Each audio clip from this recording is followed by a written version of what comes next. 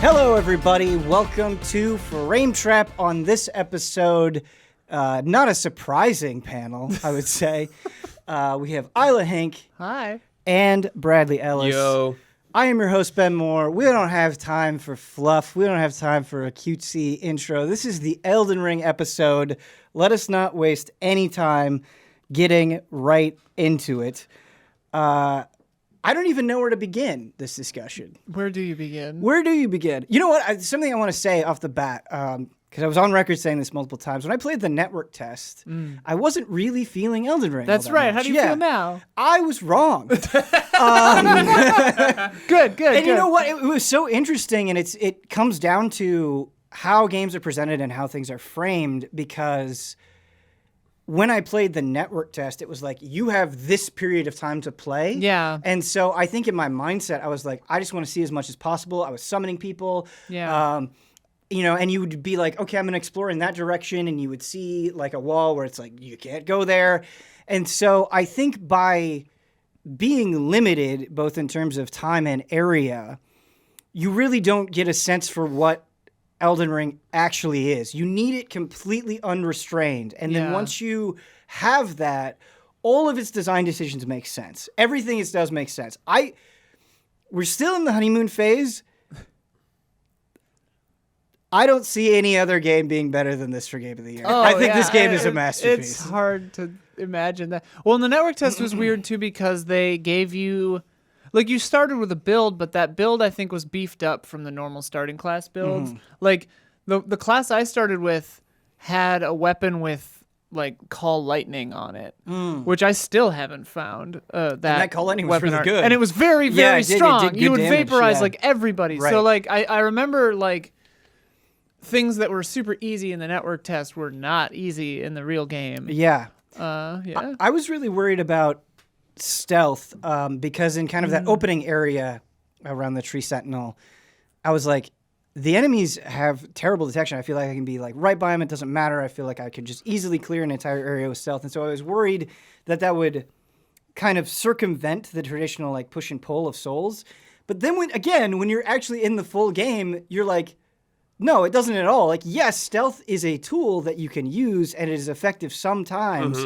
But what is one of the many things that is really blowing me away about Elden Ring, and I wish more games could give me this confidence, this like, oh, like you really thought this through. Like Deathloop is a great example, like a counterpoint to this, where like in Deathloop, I feel like when I found an effective strategy, the game was like, okay, you win. Yeah. And like there wasn't really anything that I encountered that forced me to change or push back. And I feel like pretty much every section of Elden Ring, I'm finding something where it's like, don't rely on that too much, or you need a different approach here. Yeah. And it's awesome. It does a good job of not making you feel super safe and secure with one thing. Right. Like, I can't just rely on one thing the entire way through so far. No, yeah. And, you know, I think as a player, there's always some part of you that is like, oh, I want to pump everything into strength and just do a ton of damage, or I want to find a spell that's going to blow through everything. And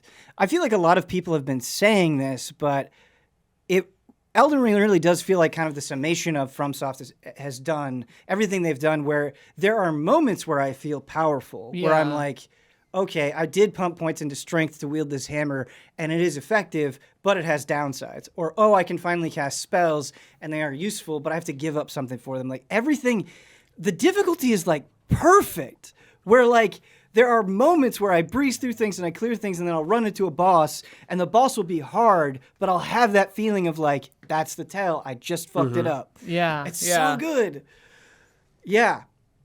Yeah, I'm jazzed, man. I can't stop. It's so much fun. And it's really fun, too, because this was one of the things I was wondering about in the open world nature of it is, like is this going to be a FromSoft game with level scaling? Like, how are they going to balance an open world? And it's just, no, it's like classic, like, this is the harder part, this part's easier. So, like, I did all of Stormvale before doing Castle Morn, which is just in the south of the first area, and I just shredded it, even the boss. The and it Stormvale? was like, Castle Morn. Okay, I haven't done Castle Morn yet, so I'm curious if, It's easy if you've done the other stuff I have, first. yeah. So it's like, but then, like, I wound up in somewhere else where I was like, Right. oh, okay, yeah, these guys are on my level, and it's hard again, and it just feels so good. I feel like Elden Ring understands the psychology of a player to an almost like disturbing degree. Yeah. Where there are moments where I'm like, I feel like you're sitting right next to me and I'm uncomfortable. Yep. And it's hard because I think, as I was mentioning to both of you before the show, I went into Elden Ring like relatively blind. I had the relatively blind, I guess, sounds not true when I did the network test, but like not watching a lot of trailers, trying to not dive into too many streams, even though I desperately want to see people play it. So I've watched a little bit, but I've tried to be somewhat restrained for me. And that surprise has definitely paid off. And there's this moment, I'm not going to go into detail about it, but you're in the middle of this lake and you see these enemies that you know are weak because you fought them before. They're just your basic like zombie looking dudes. And you're like, I'm just going to sneak up on them. Everything's going to be fine. Like the game has conditioned me to feel this way. And then all of the sudden, this big ass creature dives in. Suddenly out of nowhere, you're in a boss fight. The enemy has a giant health bar. And I just, my face like elongated. I was like, oh my God, like I was shaken to my core. And I think the open world nature allows for those moments to happen more so than the usual FromSoftware stuff where like typically, and this still has that, but like you'll go through a door and you're like, okay, I know a boss is here. Yeah. I think it leaves more opportunity for surprise. It's... go ahead. I was just going to say it's so great when that happens, and it's really nice when you're in the middle of a situation and you think everything's fine. You're like, oh shit, you've got a health bar. Like the health bar comes up at the bottom and you're like, oh, okay, like we're doing this.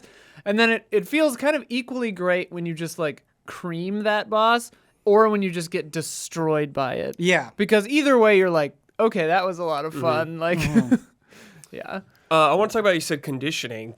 I've played this game maybe for around like 80 something hours now in total. And during my review process, it was kind of staggering how much I would be caught by surprise when I thought I understood this game. Right. I'm like, I've played, FromSoftware games for a long time. I've played a lot of their games, and this game still manages to surprise me and make me, say something out loud, actually. Right. Where I'm like, whoa. I was really surprised by that. Yeah. I'm so glad that you're talking about it. And I think it illustrates like why FromSoftware is such a brilliant developer, and any speculative discussion that I could have like on this podcast, it's like they're going in a direction that I haven't even thought of, but it's absolutely the right direction, because you think about Sekiro, and I think there was some resistance to it because the way that you play that game just fundamentally is different than a traditional Souls-like experience, even more so than something like Bloodborne. And so I think you sort of have to relearn from the beginning again. And Elden Ring's not like that.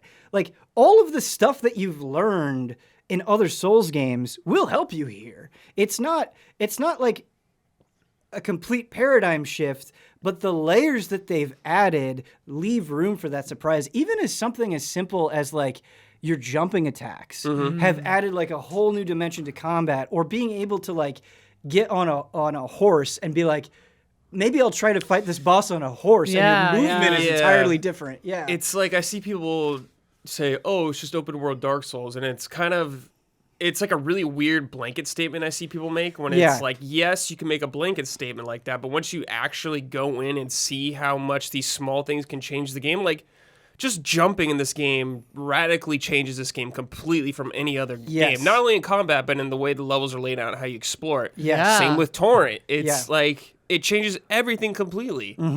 Yeah, it's funny because I feel like, if there was this hypothetical person that was like, it's just open world Dark Souls, I feel like you could just flip that on its head and be like, no, it's open world Dark Souls. Like that, I think that has more implications than maybe the person is intending. Exactly. Yeah. That's like a big thing. That's not something small. No. It isn't. And it's everything feels purposeful. And it's like, as I was going through the open world, I was like, well, I guess maybe you could have the criticism of like, in this opening area, it's a lot of like plainness. It's a lot of openness. It's a lot of like samey looking, like sort of grass and rock kind of stuff.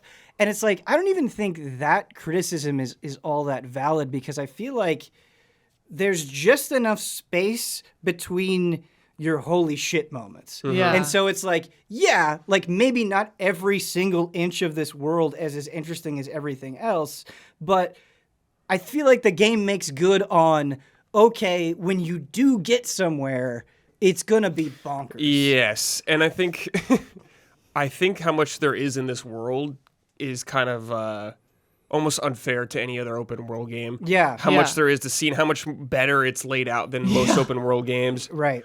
Where this is why I like Zelda Breath of the Wild is this, you are encouraged to explore more out of curiosity rather than a marker on the map telling you, hey, there's a bandit camp here, clean that out. Like, I think it's the exact opposite of Horizon. It's world design. I don't have any problem with Horizon or anything like that, how it is, but I prefer a game much more like this where you want to explore because you want to see the world, or there's something cool over there, you're like, oh, sweet.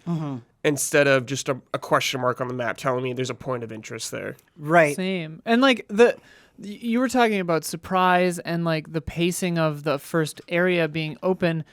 I think the game is brilliant kind of because it, like at first blush, it seems like, okay, we're in planes and whatever, and we just played Halo Infinite, and it's like, okay, this is what the whole game's gonna look like. And then you get caught in a transporter trap in a chest, and it sends you somewhere that looks like a Bloodborne nightmare, and you're just like, oh, okay, this game goes places. Like, and it's just so well implemented.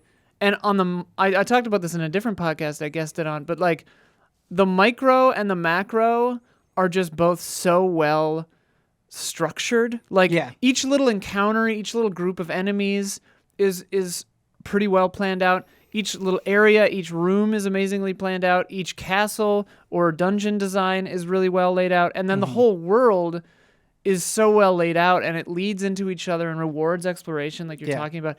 It's so hard. I feel like such a fangirl because it's like, you know me, like FromSoftware to me is just like the pinnacle. And it makes me wonder, I figure it's got to just be that they, like you were saying, they just make the kind of game I like. But to me, I'm just like, why are they just so good at it? Why are they so good at it?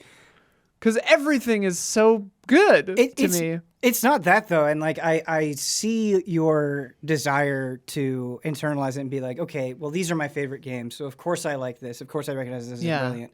Like, I went into this game being like, I don't know. I was very skeptical. And like, I feel like you can analyze even like the tiniest interaction, and you're like, God damn it. Like, no, like other games are just worse than this. Like even in my like shrewdest analysis, I feel like I didn't want to say it, but I can properly articulate like, no, like this is strictly better, right? And so another point of comparison, because you brought it up, that I want to make is Halo Infinite, a game which I love. I liked Halo Infinite a lot. I genuinely, to my bones, love it. Me too. And what Halo Infinite did well is it fundamentally understood what made Halo appealing, and it was like, okay, let's broaden this into an open world. So it took the micro and made it macro, right? What is fascinating about Elden Ring is, despite its intense expansion, it never loses sight of the micro. Never, ever. Never. And like, I feel like a lot of games, just in order to properly tackle their size, they find something good and then just kind of repeat it until the end. Right. I think Halo Infinite is a good example of that, where it finds something good and then kind of repeats it into the end. And like Which Elden Ring does have some repeated elements. Absolutely, yes. But what I like about it is I feel like in open world games, and I think, Brad, you were kind of hinting at this, like part of the dopamine is that sense of conquest, right? Where like, I want to uncover every place in the map. Like, I want to check all the boxes. I want to accomplish everything, right? It's that desire to constantly progress.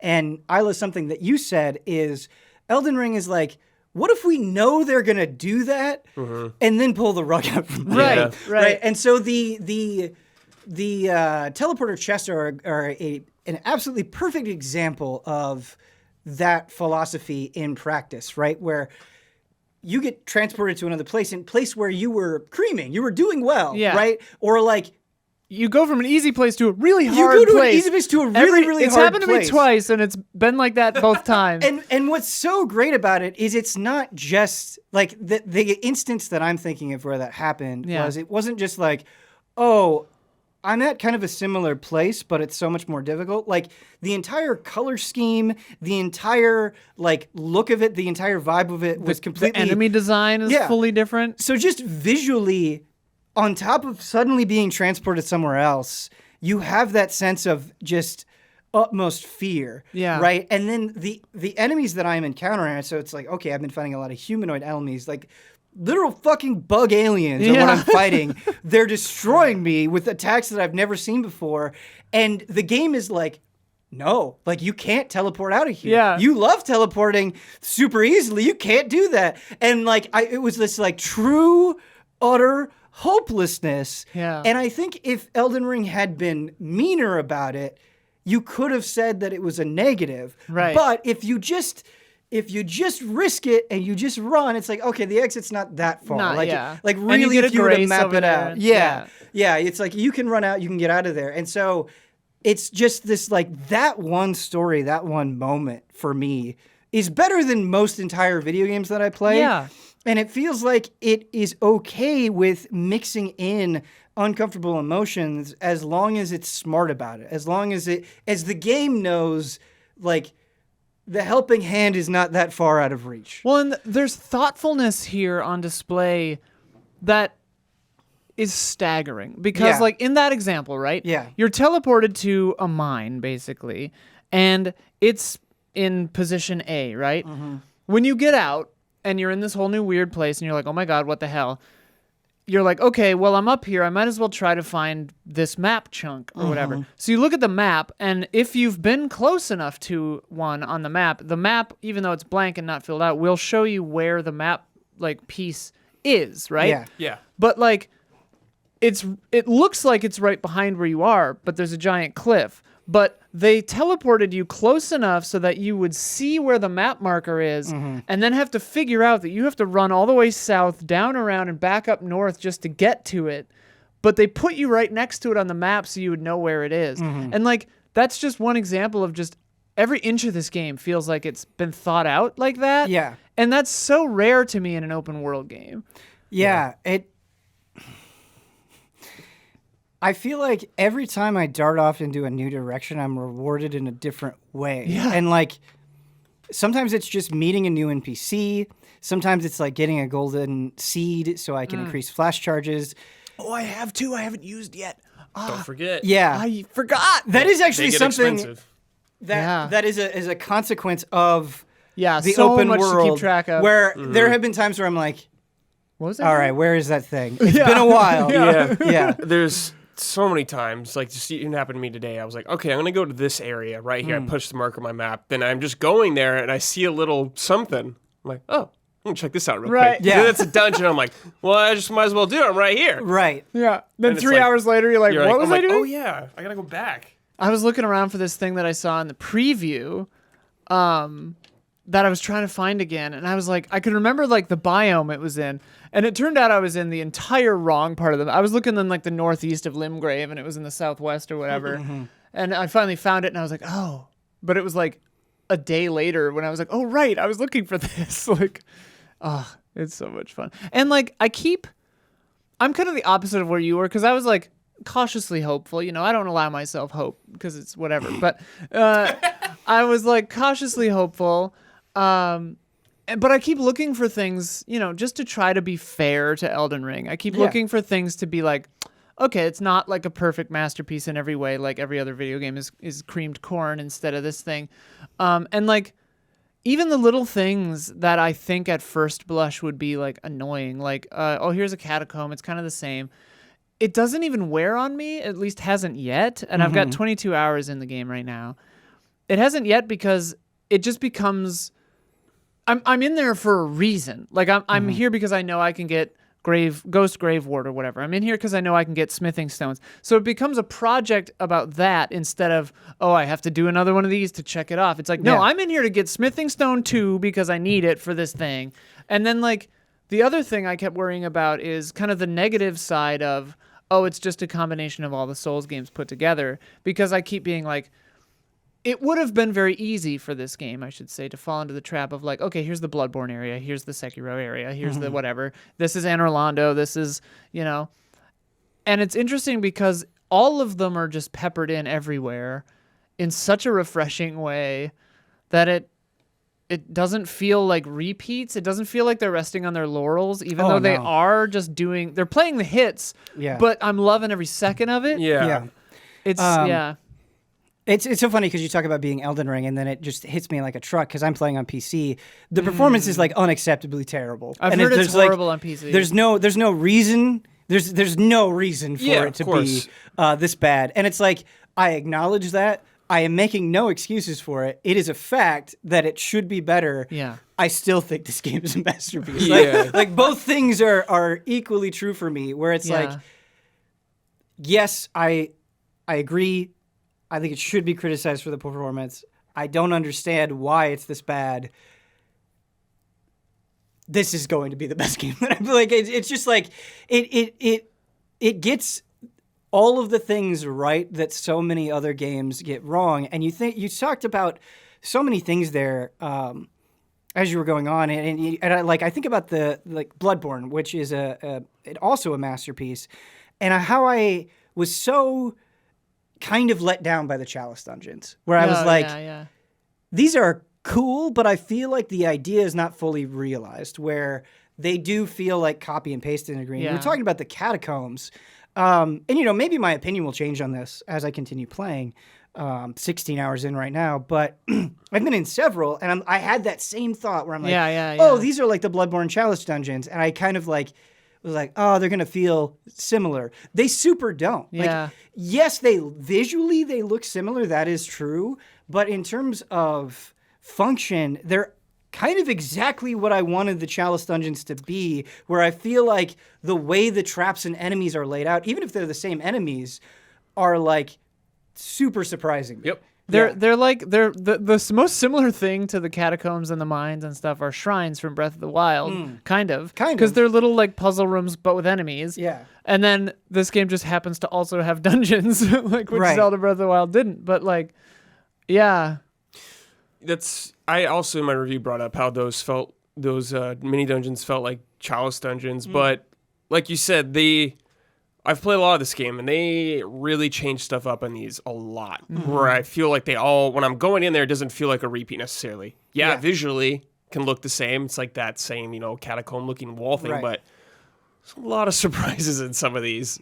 Well, and it's just this game. It really comes down to like the editing in a way, where with the Chalice dungeon, it's like I'm just going and going and going and going, and you do these little catacomb dungeons, and you're like, you mentioned the shrines from Breath of the Wild in a way that I think that is true. Is it's like these catacombs know exactly when to end. Yeah. They can always be shorter than I think they'll be. But not always, I guess. Well, we'll see.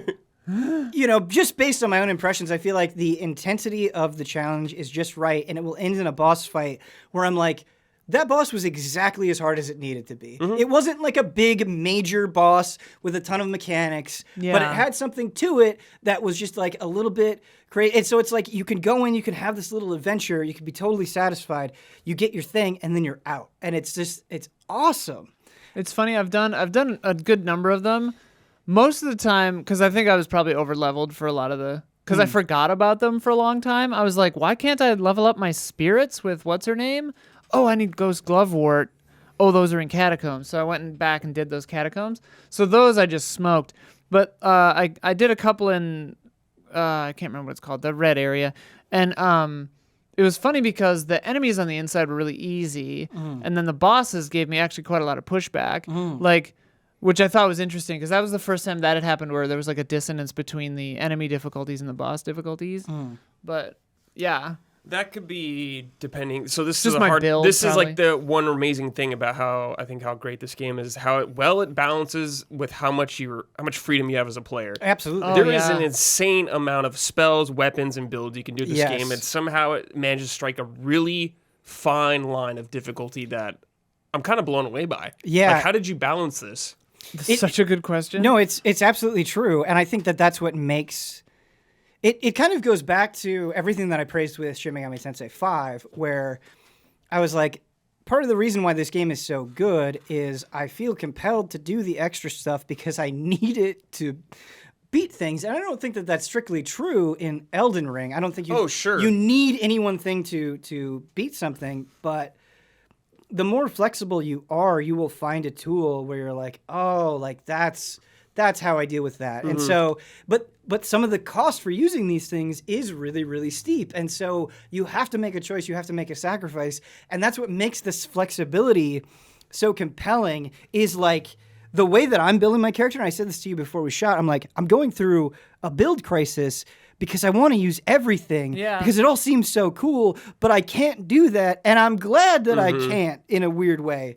And I know you can reallocate stats and everything, but I still think the point stands. Oh, yeah. Everything's super fun to use. It is. Everything. Yes. It's kind of nuts. What were you going to say? Oh, I was going to say, I wanted to go back to the technical point real quick. Yeah. Because you reviewed it on PC, I reviewed it on PC, but I believe the patch I reviewed it on was different than the one that came out. That's what I've heard, yeah. So there was some frame drops for me, but there was nothing for me where it's like in combat or anything. Like, it was mostly not just in the open world. And I would notice it, but it wasn't like super frequent or like really took me out of it. But it has been vindicating for me as someone who didn't give it a 10 and got shit for not giving it a 10. Right. To be like, I brought up technical aspects of the game and I was like, I played the PS5 version. That's what I'm playing on now. It's like, this isn't as good as it should be. Yeah. It's kind of disappointing. Yeah, it was, I feel like it's been the worst for me in kind of the open area, particularly when fighting the Tree Sentinel. And it's just like I have these huge, like, just hitches where it's just like, duh! And it's like, okay. To the point where you're like, this is actually, in a game that is all about recognizing patterns and getting into a flow, this feels like an interruption to the flow. You know what it reminded me of is, I'm going to bring up Breath of the Wild again, is when I played Breath of the Wild, I love that game. But when I got to the Deku Tree with the Master Sword, it was such a critical moment for me in that game. Where I'm like, yes. And it just ran terribly. And it like sucked half the joy out of it for me. It felt like pouring water on a fire. I didn't get that experience when I was playing through this game. It sounds like you're having a little more trouble, especially that tree fight. That sucks. But it wasn't like at this super insane moment for me. It's funny because past kind of the very beginning, it still happened, but it has been less bad. Still bad enough that it's worth noting. Yeah, of course. But it's also kind of one of those things where I get so immersed in the game and so lost in the game that like I legitimately do forget about the stuttering, and then it happens, and it's like, right, that's a thing. That's why when I saw 10s, I was like, I could see why people would give this 10s despite some issues, because it outweighs it for a lot of people. Yeah, it's funny because like for me, I have a tendency working with a bunch of different video frame rates and resolutions over the years. I guess like I can just kind of ignore frame rate if I'm wanting to, and playing on prioritized frame rate on PS5 so far, it's been fine. Like there's been like one or two like little slowdowns, but it's never interrupted my gameplay. But like because FromSoft games are also like quaintly janky. Technically, yes. Technically, like the step forward that they made just in the fact that things feel way more like the world itself feels more solid, like with the ragdoll physics and like with jumping and hitboxes and like everything like that, like gameplay important stuff feels better than previous FromSoft entries, except maybe Sekiro. I've like not noticed technical problems like at all, so it's interesting to hear. Yeah, really, yeah. Because what's interesting about Elden Ring on PC is it's not frame rate problems in the way that normal games have frame rate problems, and it's like a lot of games. I feel like when you run into frame rate issues, it's like, okay, in this area, this thing will happen, and you'll see it dip in a similar way. It's not like that, and from what I've read, it's like baked into DX12. Yeah, that's what I've seen. It's not like. It's like the game just like completely hitches up for a second. It's not a normal. Yeah, it's like a freeze, like a quick freeze, like everything. It's not the frames just dropping. Terrible.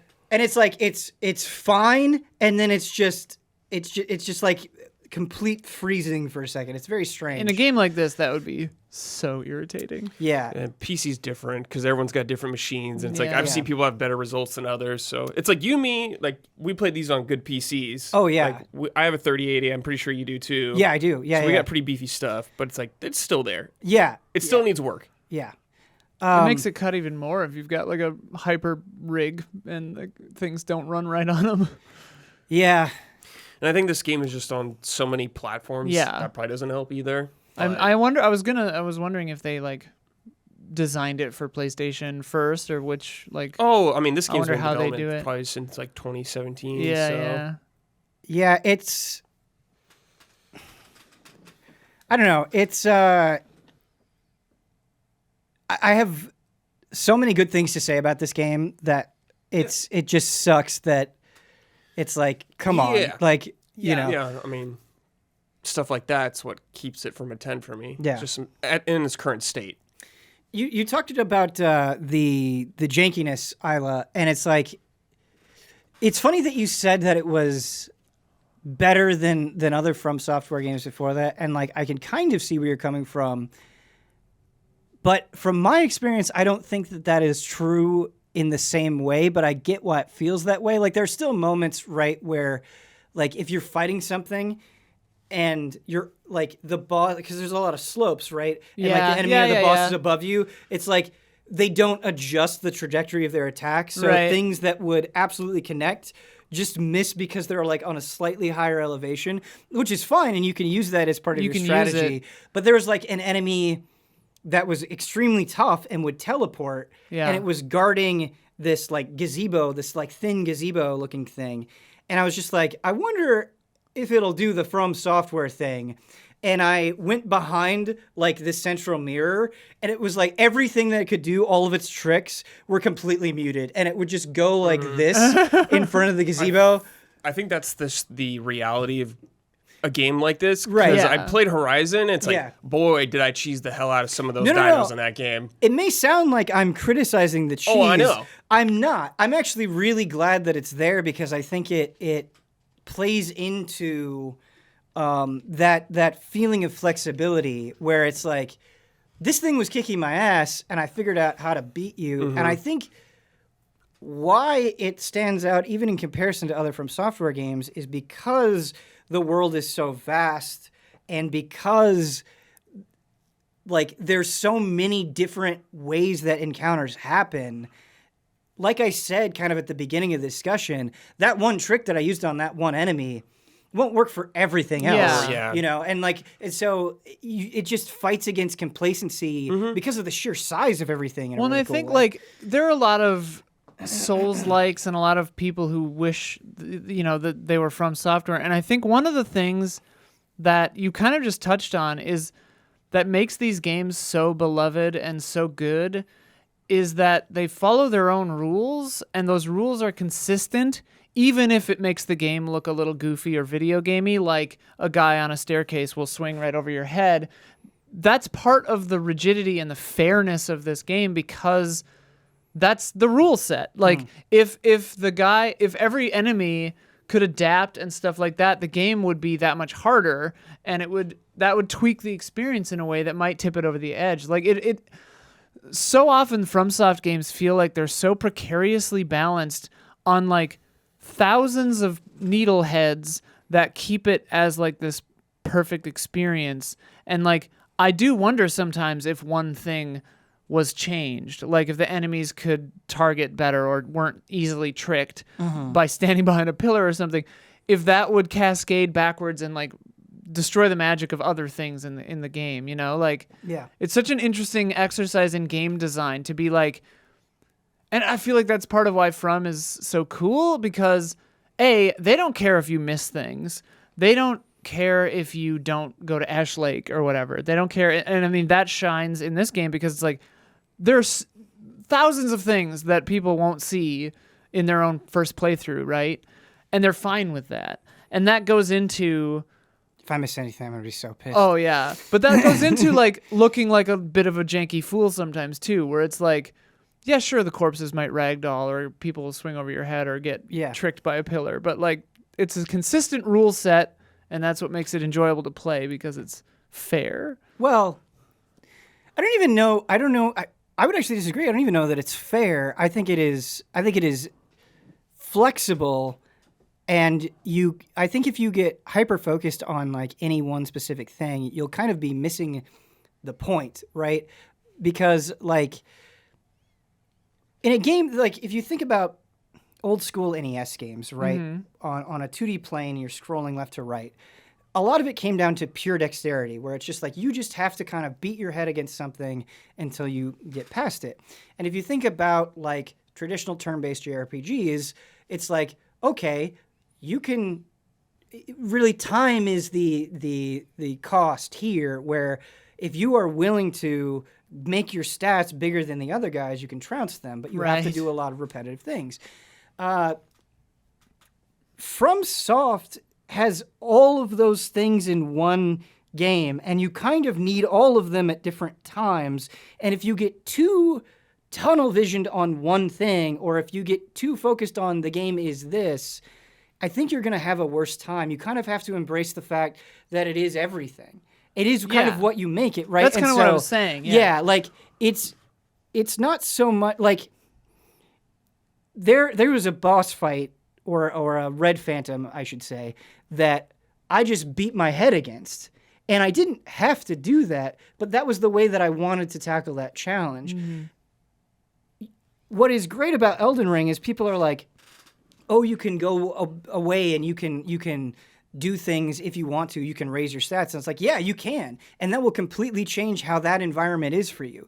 But you can also just kind of play it like an action. Like, you can beat anything pretty much at any point if you have enough grit and determination, right? And so it is both of those ideals together at any one time. And so you talk about, like, cheesing enemies or being some jank, and it's like, yes, sometimes, but you can't rely on jank to get through the entire game, right? Like, there are going to be times where it's like, okay, you need to know how to roll here, or you need to know like the effectiveness of spells, or you need to know how to aggro enemies. Like, well, it's because there is that open world element of freedom that comes with some jank naturally by giving you so many options. But there's also extremely fine crafted encounters that don't leave any room for something like that. Yeah, where it's like, yo, you're in this boss fight with an extremely detailed boss, and it's like, you got to do this. You got to figure this out. You can't hide behind a rock or something and throw magic at it and just be okay. Yeah. Right, yeah. And I think that's the thing is... It gives you these moments of where you could feel like you outsmart the game, where you're like, haha, I did this.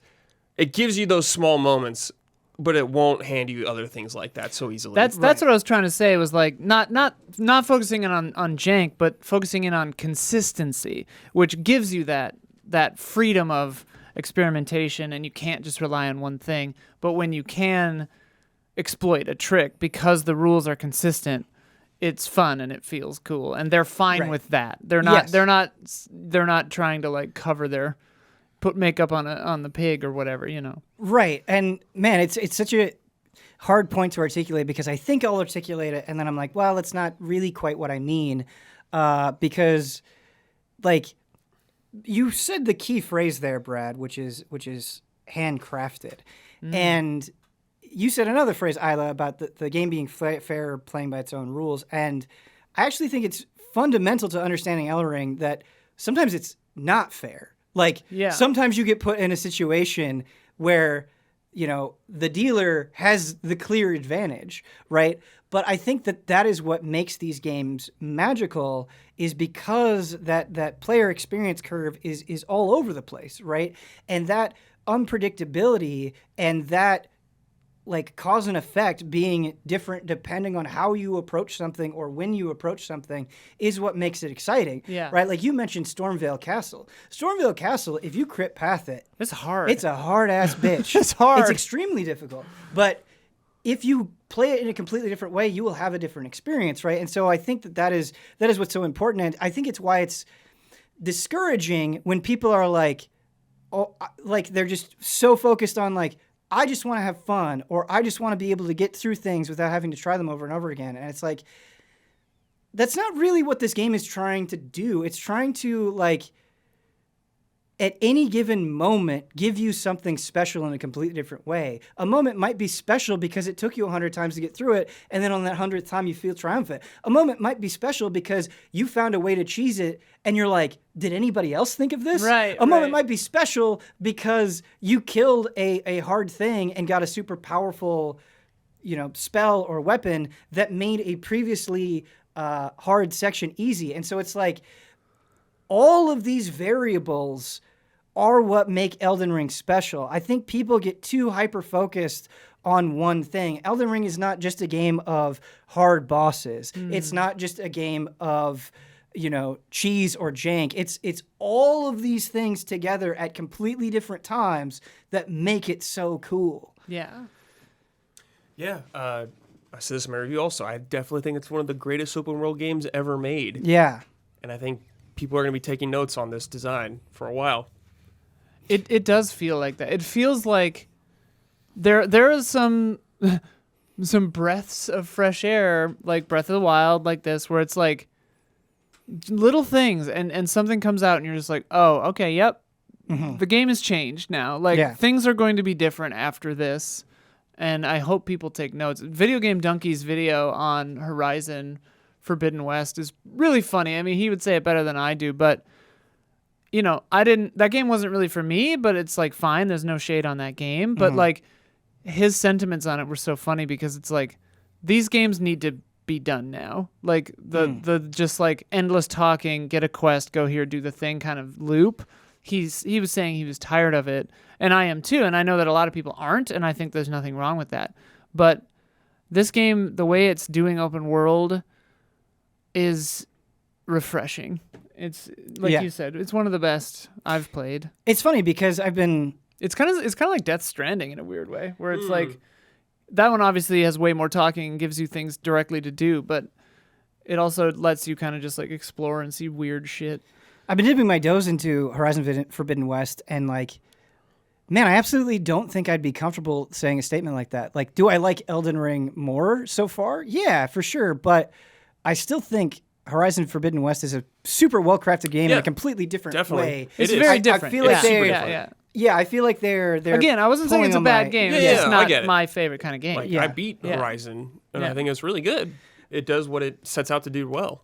Part of the reason I like Horizon is because people are talking at me a lot, and they're giving me lore like directly, like they're taking it and they're handing it to me, and I'm like, oh, this lore is really interesting. Like they really put a lot of effort into crafting this world and all of the tribes and the rules of which the tribes live by. And it's like, it's almost like I'm at like a museum and somebody is telling me about a great civilization that I didn't know anything about. It's like, it's very direct, yes, but I'm enjoying learning. Whereas I honestly, I've been paying attention. I swear. I have no idea what the fuck is going on in Elden Ring. I have no idea. Sophia was like, what's the story? And I was like, okay, so there's something about fingers. Yeah. I know that. Yeah. I'm starting to figure that one out, but like, it's actually kind of, the museum analogy is really good. Like, Horizon is like going on a tour at a museum. Yeah. Elden Ring is about just kind of wandering the exhibits and picking up what you can without reading anything. Elden Ring is like going to the actual site of the historical landmark. It's like getting accidentally teleported back in time. A pocket knife. Like, all right, have fun. Yeah. And then try to figure out what the hell's going on without getting murdered as a witch. You will learn about war by being at war. Yeah. It's like, whoopsie. Yeah. And so it's 572 now, and you live here forever. I think there is a natural impulse, and everybody has preferences, right? And so this is where it comes from, to get attached to something and be like, this is the way. Yeah. And it's like, well, there are multiple ways here. Like, I think homogeny is almost never good. I think Horizon and Elden Ring are kind of proving in equal measure that there's a valid approach to different artistic directions. Yeah, absolutely. Yeah. They're both open world games that do things completely different from each other. Yeah. I think that's totally fine and great. And Donkey was, tongue in cheek, I'm sure. He's a cheeky guy. I love Donkey. Horizon. There was something else I wanted to say about Elden Ring.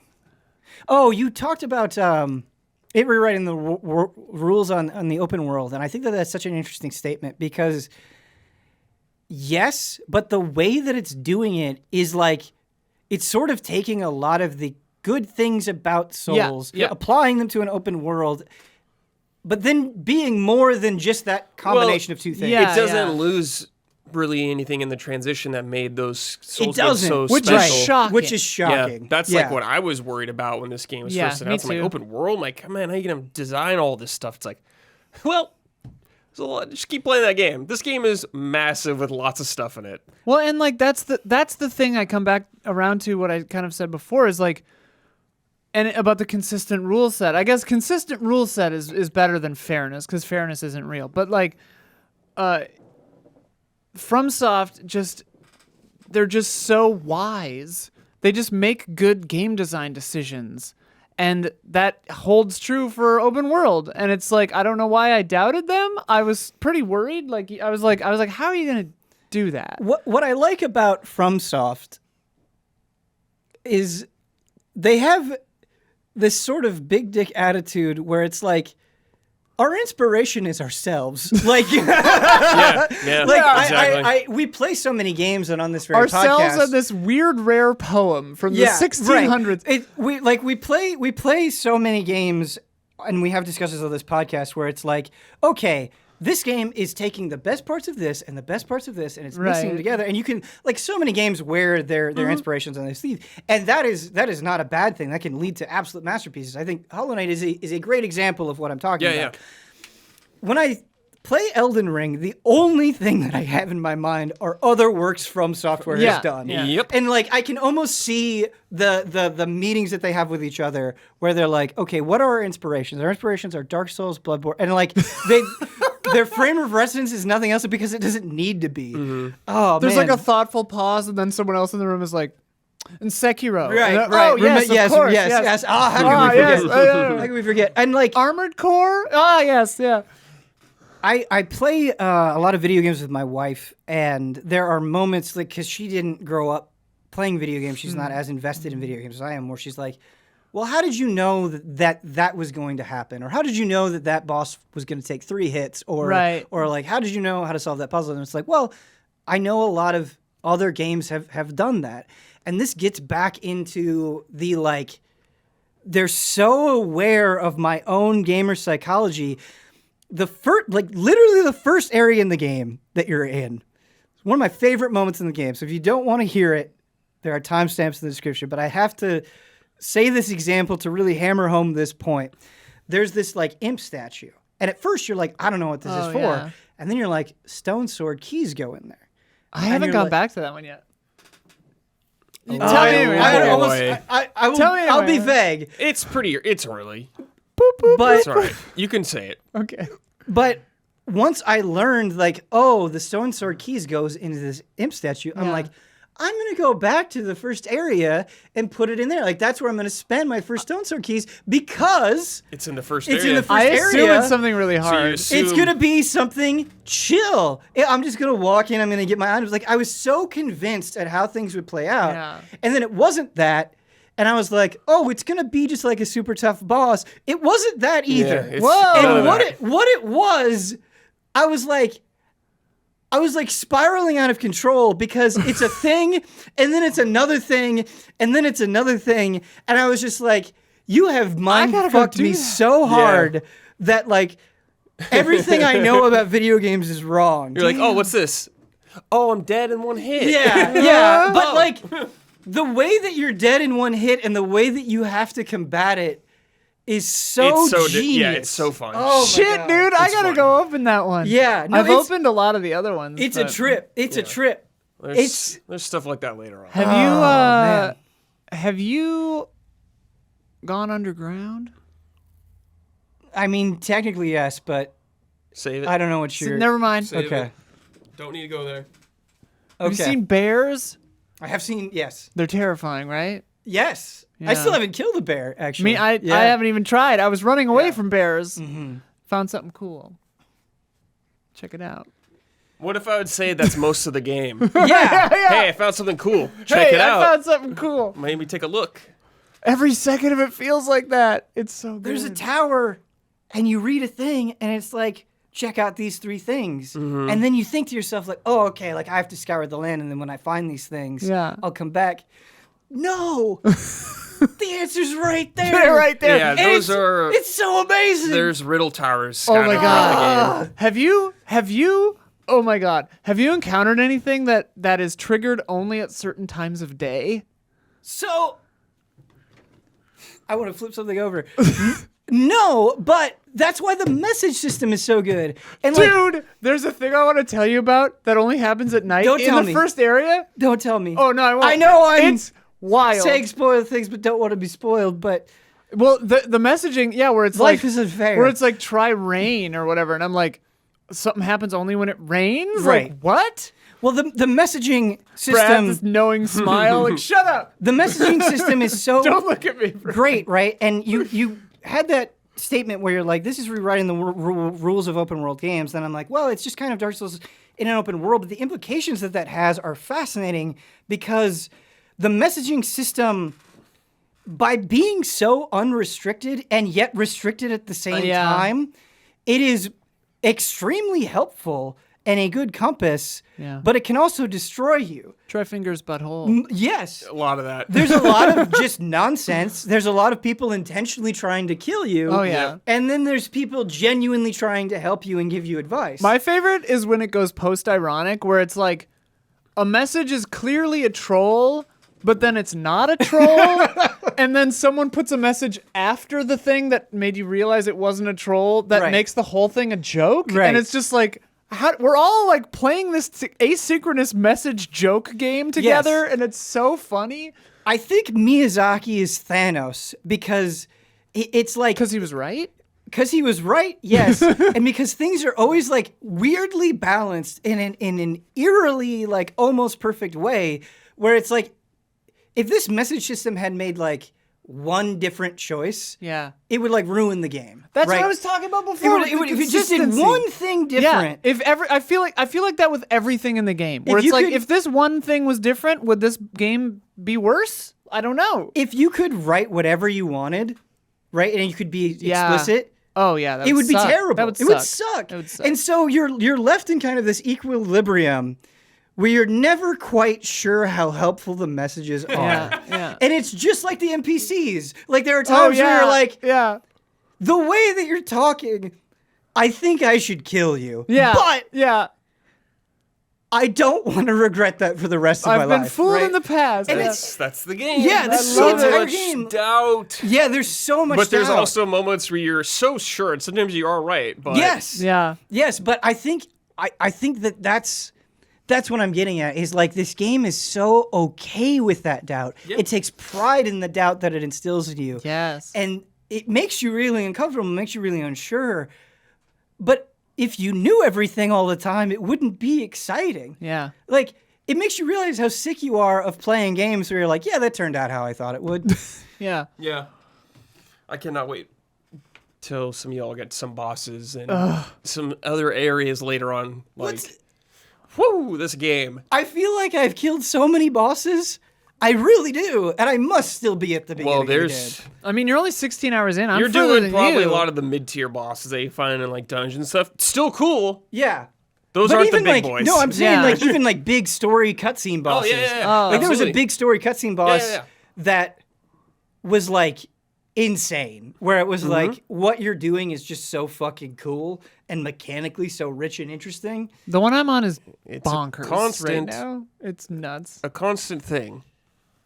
But the thing is like there's also part of me where like I'll log into Elden Ring and I'll be like, I'm just gonna go over the same areas I've already been to 10 times just to make sure I get this. Well, And I love that. Well, and you I know- might go over it 10 more times. I'm on my second playthrough, and it's like I'm finding a lot of new stuff I missed the first time, just because I'm like being extra thorough because I'm familiar with a lot of Yeah. the world now. But it's like Yeah. I'm noticing things I didn't notice before. And it just fucks you so hard because Yeah, like sure does. like in the opening area I was like, okay, I've got all of these sites of grace, like I'm pretty covered, like I think I've gotten everything, and I'll go in an area and I'll be like, okay, there was nothing there, but then just this one little place there'll be something magical and I'm like, all right, I gotta check again. Yep. And I love that. Just gotta check. There's some weird things in the early areas that I still don't. And I've seen other things that are similar to them, but I still don't know how to figure out like these things. I don't want to say anything, but like I assume it's got to be a time of day or a weather thing. But like another thing I wanted to say before we moved on was like From's always been really good at this, but this game, I think, because of the nature of the open world and like finding your own storylines, feels like you have more ownership, even though a lot of time it's very structured. But like, you can find so many little stories with NPCs and stuff that are just so tragic or tender or funny, and they're all just so good, and it's such a good counterbalance to the violence, to the gameplay. Like, I think that it's such a complete package. Well, it's so nice. It's just so okay with being consistently disruptive, and again, like going back to that same point, you realize like even in great video games like Shin Megami Tensei 5, the way that the structure of a side quest, right, is you talk to somebody, you do a thing, or you like make a choice. And I'm not saying that they're all strictly the same, but there's a structure there. Yeah. And like even the tiniest things in Elden Ring, you'll talk to somebody, they'll say like a keyword, right? And you won't think anything of it. It'll filter somewhere in the back of your brain. And then later on, perhaps much later, depending on how you play the game, you'll get an item and you'll be like, wait a minute. Yeah. And you'll go back to that person and they'll be like, oh, thank you. But then it's not always that, right? It's not always like some distant quest. I'll talk to somebody and then I'll talk to another character and they'll be like, do you want to ask them about this? And so it's just like, I just have no idea what to expect, right? And it's that the tiny disruptions that make it feel like anything is possible. It's so cool. I love video games, dude. Like, I was just thinking about like... I love this game. That's all I'm willing to say at this time. I mean, I love Elden Ring, but like I was thinking about SMT5, right? Like there's a video game where the word quest and side quest, if I remember correctly, are literally in the game. Yeah. And it says, like, this is a side quest. Yeah, like quest log. I'm going to go tell you to go get that, and you come back to me. And it's sweet. It's awesome. I love doing it. And then this is a game, Elden Ring, where, like, you don't even have a journal. None of it is tracked. You meet some weird guy, and then like 5 hours later, you're like in an innocuous mine, and then you stumble upon him again, and he's like, "Oh, I got lost. Haha. Yeah. I'm on my way." And you're like, "Fucking A, I didn't expect to see you down here, but okay." Yeah. Like, Yeah. And both are great. Video games. It's just not relying on the same trick over and over again. And like the balance of it is so great because I was worried when I was like, okay, like I want to play this really slow. I want to go over every nook and cranny. Is that going to get to a point where it's like, well, I just wanted to, because this happens, right? Like Pokemon drives me insane where I'm like, listen, the point of your game is to catch things, right? I want to catch things and I want to get the items. And then I do that and I blow through the entire game and it drives me nuts because I'm not like necessarily actively trying to grind. I'm just feel like I'm playing your game. In Elden Ring, I can explore as slow as I want to. And like it gets to a point with the level scaling where it's like, yeah, you're killing a ton of enemies, but the runes that they're giving you, like this is not grinding. Like you're not going to get 10 levels from this. Right. Yeah. Right. And so it gets to a point where it kind of evens out where it's like, yes, you can explore, but that isn't a crutch. And then I got teleported to another area and it's like, oh, I can get 1,000 runes from these guys. I can grind here if I want. But also, they one-shot me. Right. Right? And so it, like, I'm not saying it's perfect. I'm not saying you can't grind. You can very easily grind. But there's enough thoughtfulness to it where, like, I feel like that has to be a conscious choice. Exactly. They give you the freedom to do it if you want. Yes. But you can't rely on it forever. And by the nature of the game, you're rewarded for following your curiosity. Yes. Be that with incidental leveling up or interesting story things or weird discoveries. Yeah, they give you good rewards in this game. Yeah. Where it trains you to be like, I should check everything. Yeah. I'm like, I could miss something. Well, that could and be really like, good. there's so much, the balance of like how cool all the items and weapons and spells and armor and stuff are, it makes you, there's a tinge of disappointment when you get a prayer book or whatever. Like I'm not a faith build, so I can't use them. But at the same time, it seems so cool that I'm like, God, I got to level up faith now. Like, I went through the same thing. got to level up everything. And as somebody who tread the other path, faith is pretty fucking cool. Faith seems sick, dude. I'm a Dex Int build. And I'm just talking like basic fireball. Oh, has yeah. been awesome. Yeah. I'm like going through the world. I'm literally like Wolverine because I'm using these like +7 claws. Yeah. and I ping people with magic, and it's sick, and it's awesome, and I'm still like, I could be shooting fire out of my eyes, though. That sounds cool. It's like, well, the amount of times I've gotten a weapon, I'm like, arcane? I'm like, oh man, arcane build sounds kind of cool now. Yeah, dude. Well, there was this one It's gonna play the game 7 super times. hard enemy that I fought, and he had this really cool move that he did. And then when I killed him, I got this thing, and it was like, this requires 27 faith. And I'm like, I'm not even close to that. Ever since then, I'm like, I shouldn't put 27 points into faith, but man, I really want to. I want to see it. Zero and everything else. I love that tug. I want to like feel pushed or feel regret or be tempted by other possibilities. I got a spell and it was like 60 or 70 int, and I was like, Yeah, holy dude. shit. Yeah, I just got one. I just got one that was 57, and I was like, dude. and I was like, fucking what? I had like 70 something I'm strength doomed. on my I first should just let playthrough. it stall right now because I'm gonna want as soon as I get that 57. It sounds super sick, and sounds I was like, well, crazy. it's that in 20 hours, I guess. One like, but it. I fought a boss, or not a boss, an enemy that had this crazy, weird other kind of magic that I'd never seen anywhere else in the game. And I was like, okay, I've played these games before. I assume eventually I can get some of that. And I was fighting another one of that kind of people, and he was harder, and he kept killing me. But I kept going back just kind of on principle because I was like, I need to beat this guy. Yeah. And then I got one of those spells, and I was like, that's right! I was really looking forward to this.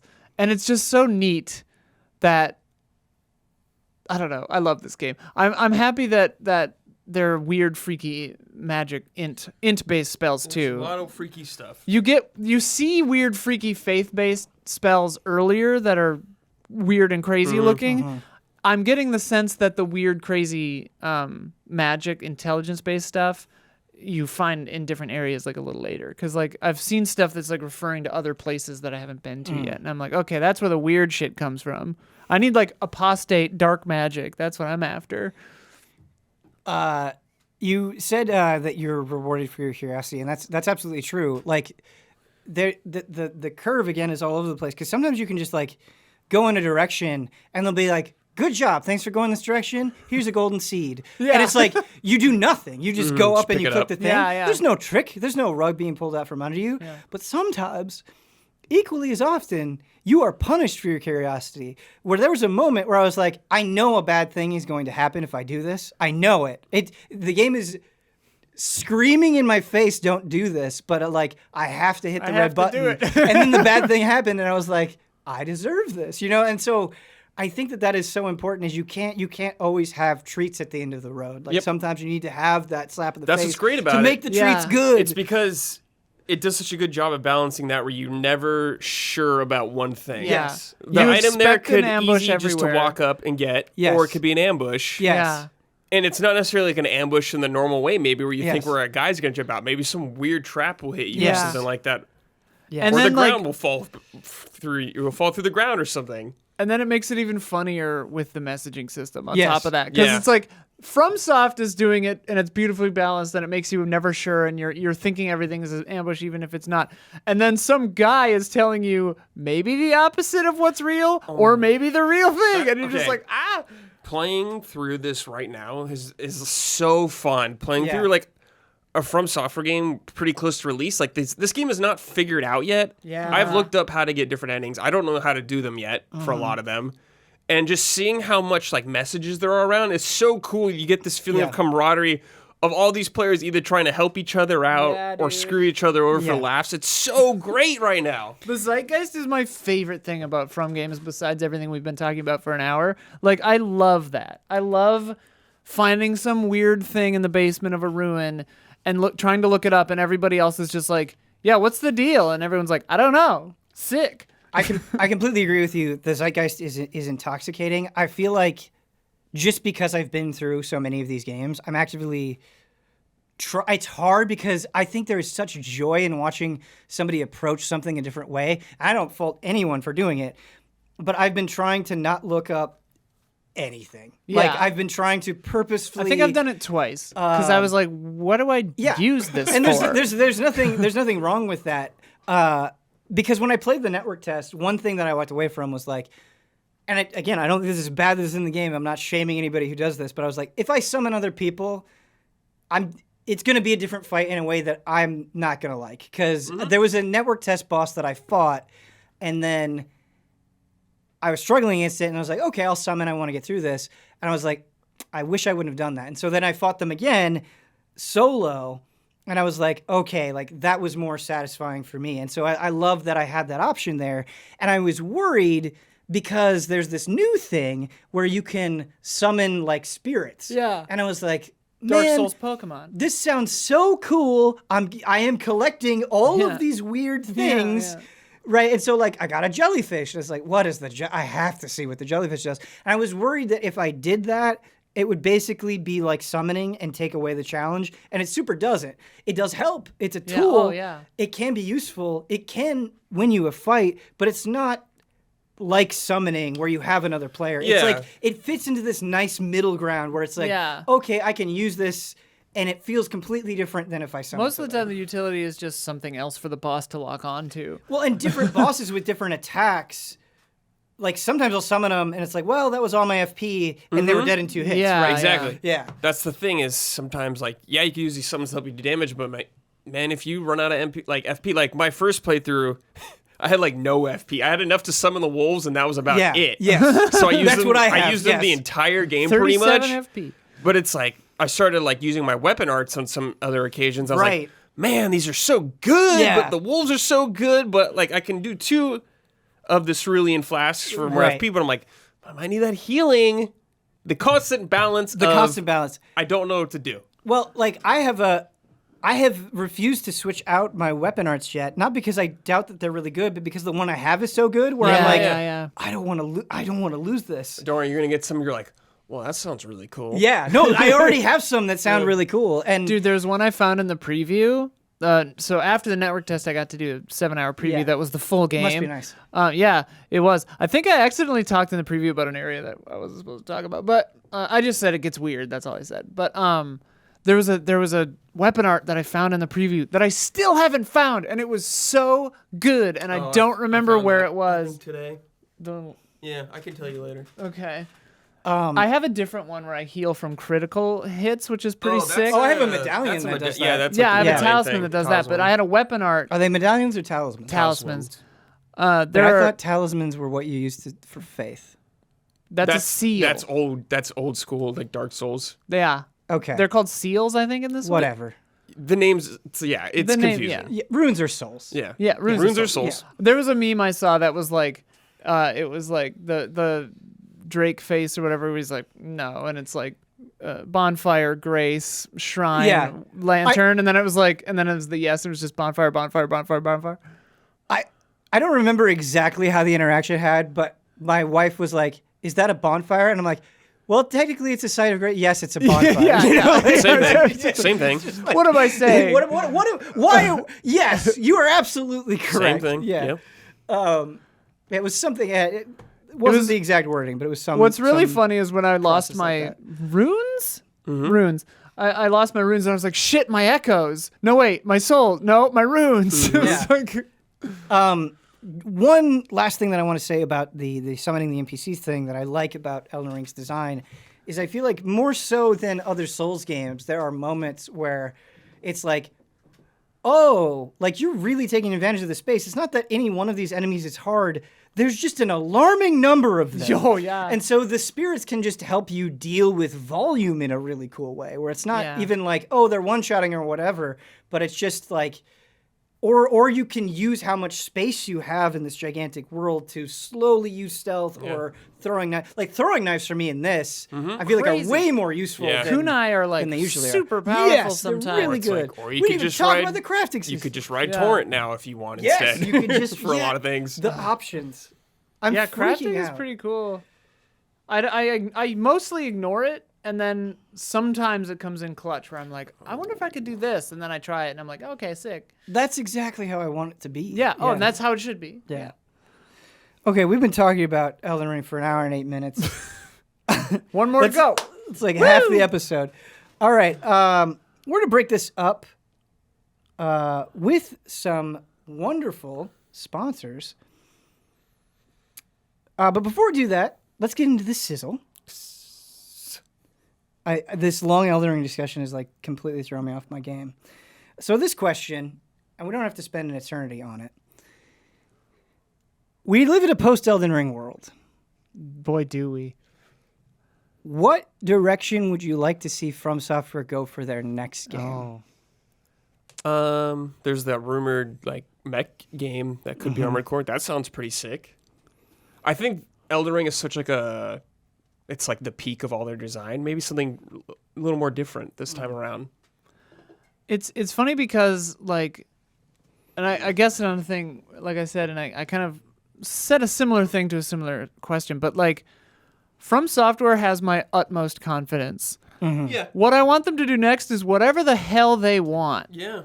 Usually, always. Yeah, like correct. That's the real answer. Right. That's the real answer. My fun answer is like something crazy. Like do like a straight up like horror game, but like that's a platformer or something. It's just something bonkers. I wasn't even thinking about that, but a straight up pure horror experience. Yeah. Could be really interesting.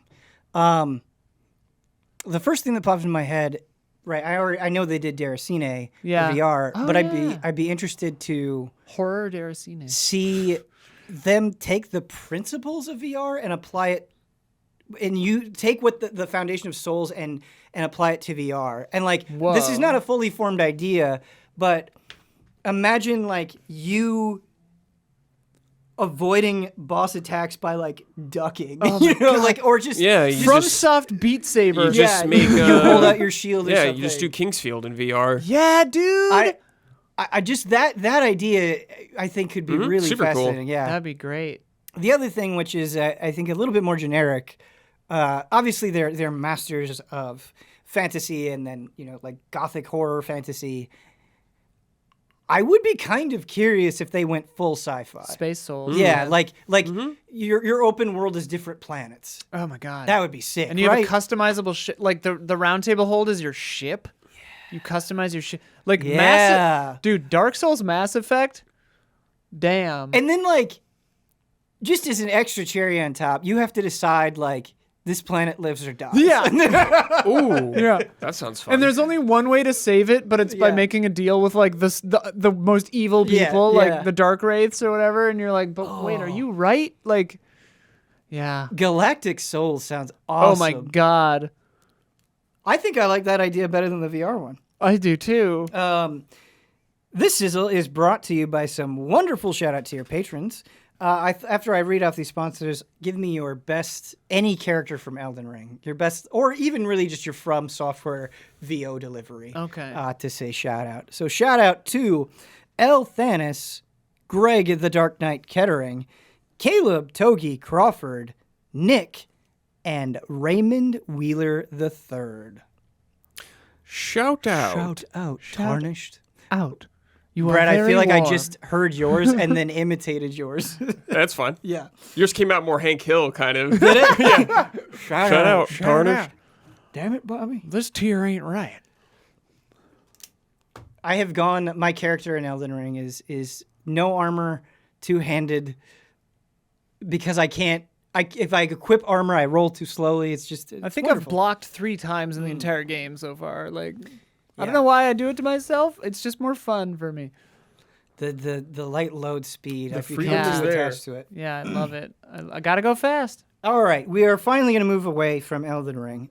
Brad, you have been playing a game that I didn't hear about until the group stream, and then you guys were like, it's like a more violent Castlevania, and I was like, yes, please. But I haven't checked it out yet, and that is Infernax. Yeah, so let me clarify that. It is a more violent Castlevania 2, specifically. Specifically 2.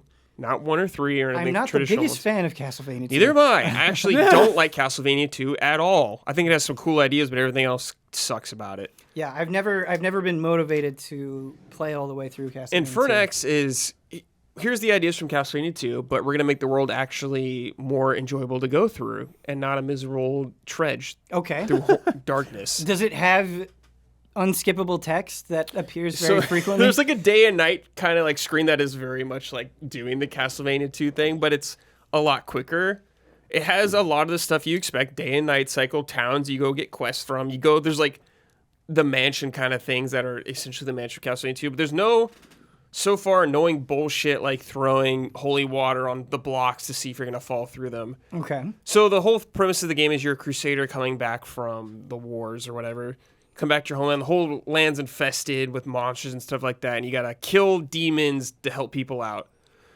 One thing about this game that's different from Castlevania 2 is there's choices that you can make in the game. One of them is like early on, some guy was robbing some guy at a bridge. And you can let him go, or kill him probably. And there's consequences. Like I let him go and chased him off, and he came back later for me and sold me stuff. There's like small choices like that. The combat is super basic, like Castlevania. You got like a morning star instead of like your whip or anything like that. Got a few spells you could use, the magic and some potions. In the footage that I've seen, the Morningstar looks like it's super, super short range. Yes, it does. Is that an issue?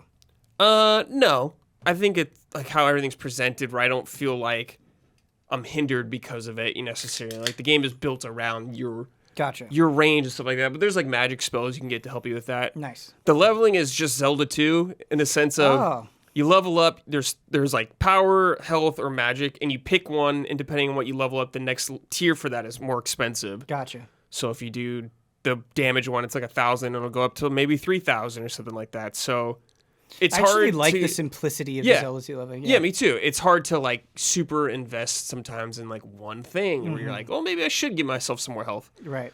It's a challenging game. It's there's save points, and at these save points you get your health back and it saves your progress. But if you die, you go back to it. And this can be kind of brutal in some of the dungeons, I guess. There's definitely points where I'm like, well, I made it pretty far. I got some points to spend XP. I don't want to die yet because I don't want to lose everything. So I'm going to backtrack a little bit to, get some safety in there real quick, save what I've gotten. Because I've died and lost 20 minutes. It's not the biggest deal. But there's also a more like a lot. Yeah, there's like a more easy mode, I guess, available. You could change to it anytime, but it like alleviates some of that. But what I like about this is the normal mode. It says it's like the developer's intent essentially with the design. So I'm like, oh yeah, I'm gonna play that mode. But I've played for like 3 hours. It's really fun. It's on Game Pass too. If you have that, you can just check it out. There is just a Castlevania 2 thing in there where I was like, oh, they did that just to make fun of Castlevania 2. Nice. But it's good. I'm having a good time with it. I wonder how I feel about it at the end, especially. But there's some cool bosses in there. Super gory, super violent, a lot of things. I know some people are turned off by stuff like that, but hey, I'm into that. So yeah, I am too. It definitely feels like it is hitting a lot of nostalgia or like preferences that I have. It is. And so my question is, that's great, and there's nothing wrong with that. But I feel like there is a lot of 2D indie games that have very specific inspirations, specifically, Castlevania, Mega Man, Ninja Gaiden, so on and so forth. That it's kind of like this feast, and so it's kind of gotten to the point where I feel like I can be very picky and choosy because like some crush it, and then some are like, yeah, that's pretty good. Yeah, it's hard for me to say for sure, especially because I haven't finished it yet. I don't know, but this is very much in the camp of someone like me who doesn't like Castlevania 2, but likes some of the ideas there. Gotcha. That so fleshes it's like out better. Castlevania 2, but not bad. For me, that sounds pretty compelling. Yes. Yeah. So, yeah. Like, I think you would like it. Yeah. You would have a good time going through it. Cool. How is the soundtrack? Fine. I don't really, remember any specific tunes in my head, but I remember everything being good, where I'm like, oh, cool. But it's not like, the Bloody Tears or something like that, where you're like, whoa. What I'm fishing for here is, does it have like a guitar riffy, or is it like more fantasy or chiptune-y? Or... It's like it's Castlevania. Okay. So whatever you want to take from that, okay, it reminds me more of that. Like that's what this Some game of the best is. Music in the biz. Like it wears it on its sleeve and it's not afraid to show it, and I think that's fun. You mentioned the like losing progress and having the checkpoints. Does it have a Souls thing where if you die at a boss, you have to like get back to that boss, or do you start at the boss already? I'm trying to remember. I think you can get it back. I'm not exactly sure. I can't remember. It's been like a day or two since I played it, but I think there's some sort of recovery. Nice. Where I was definitely like, man, I died. I got to get this. I got to get back to this point. So probably. Do you feel like hungry to go back and finish it? Yeah, I want to go back and finish it. I think it's fun. It's been like really it's been really fun playing this in between Elden Ring and stuff. I'm like, it's like a dark fantasy game again, but 8-bit and just a little more simplistic in its scope. Yeah. Like, there's gear you could buy and stuff, which is cool, and I like that. And it's just a quaint little adventure so far. Yeah, I often feel that way. Like when I play a gigantic game or like a large RPG, immediately after I'm like, I want to play something that's like 5 hours long. Yeah. I think this is probably like 6 hours, probably. Sure. I'd estimate. Do you think that dark fantasy, or like, I guess, what setting in that sense of the word genre do you think has the most games made in it? In like, dark fantasy? Do you think it's dark fantasy? Is it sci-fi? Is it? Oh. It depends on how specific you get, right? Because if you really want to be a nerd about it, you can low fantasy. You can like hyper categorize fantasy. But I think if you're willing to speak in broad terms, I think fantasy absolutely takes it. Yeah, probably. Yeah. Like giving that, I'd probably say dark or high fantasy would be the two contenders. It's so funny because think about, and I'm sure people will disagree with this, but there are countless fantasy games to play in countless genres. I'm never sick of I never see fantasy and I'm like, oh shucks. That's why there's so many. Yeah, well, it's a weird thing because like it never quite feels the same. Like FromSoftware. Or sometimes it feels exactly the same and it's awesome. Yeah. Video games, dude. Yeah. Right, because oh god, it's coming back. What's so great about Elden Ring is I was gonna say FromSoftware. I was like, just stop talking. It's just as much Bloodborne as it is Dark Souls in terms of aesthetic in a lot of ways. And you could jump like Sekiro. Yeah, you can jump. It's got it all. But it's completely different. My entire build is based on jumping. Let's talk about another fantasy game, Lost Ark. Oh, I played an hour and a half of it. Yeah, that's actually what I was going to start off the bat with. Is you've played an hour and a half of it, and I want to just get your very, very, very initial take because I've been on a roller coaster with this game. All right. I hopped in. I don't usually get into MMOs, yeah? Yeah. But I always kind of want to. Mm-hmm. Yes. Which means I should just play fucking 14. Mm-hmm. But yes, the time sync terrifies me, right? And I was watching during the podcast that you were on talking about Lost Ark 3 weeks ago.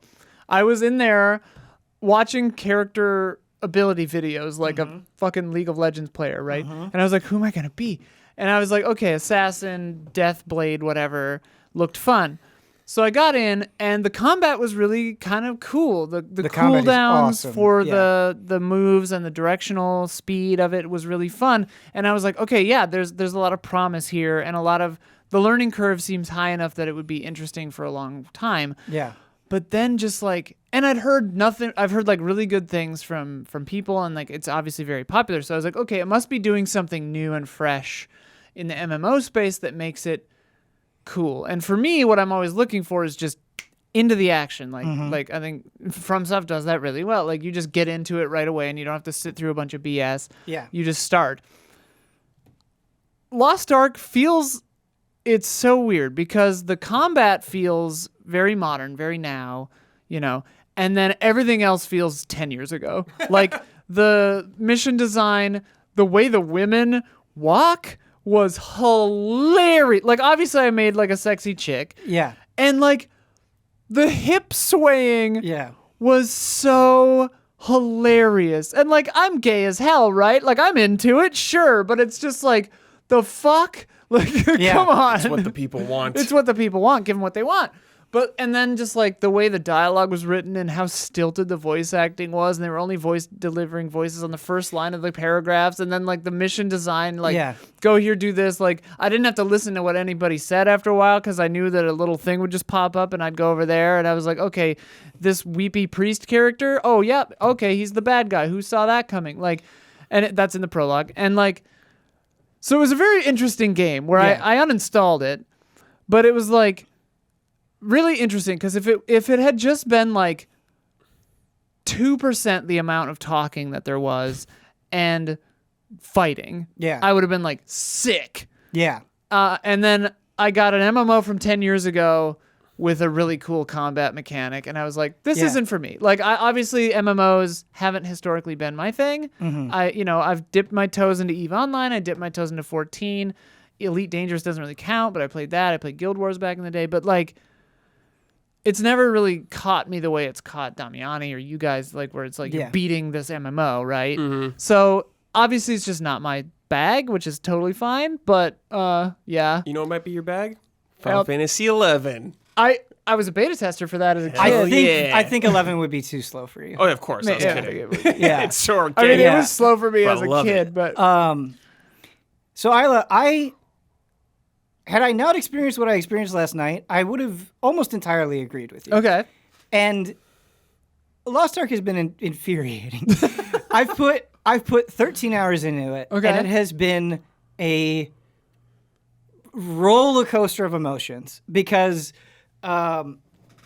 like you said, just to elaborate on your combat point, so I picked a gunslinger, and I'm like, this design of this class is one of the coolest design classes that I've seen for like, I can't remember how long, where it's like, okay, I have 3 different weapons that I have to switch between in the middle of combat. They all have different purposes, and some of the abilities have quick time events in them. Like you have a rifle, and you hold down the D key, and it's like, okay, you have to release here, and it's like, that's easy to do if there's nothing around you, but in the middle of the fight, it makes you think a little bit. And so that's just one small example, but the constant switching and the utility of all the different skills makes it feel so active, and the cooldowns are honed in such a way where like you can't constantly spam, but they're not so long that you're not constantly doing things. I like that, yeah. It is just so smartly designed. I was like, this game is sick. The other thing that is so cool about the game is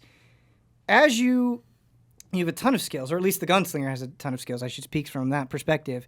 When you go into your skill tree, as you level up a skill, it will take more points to get higher levels. But it incentivizes you into dumping those points because each skill has 3 tripods.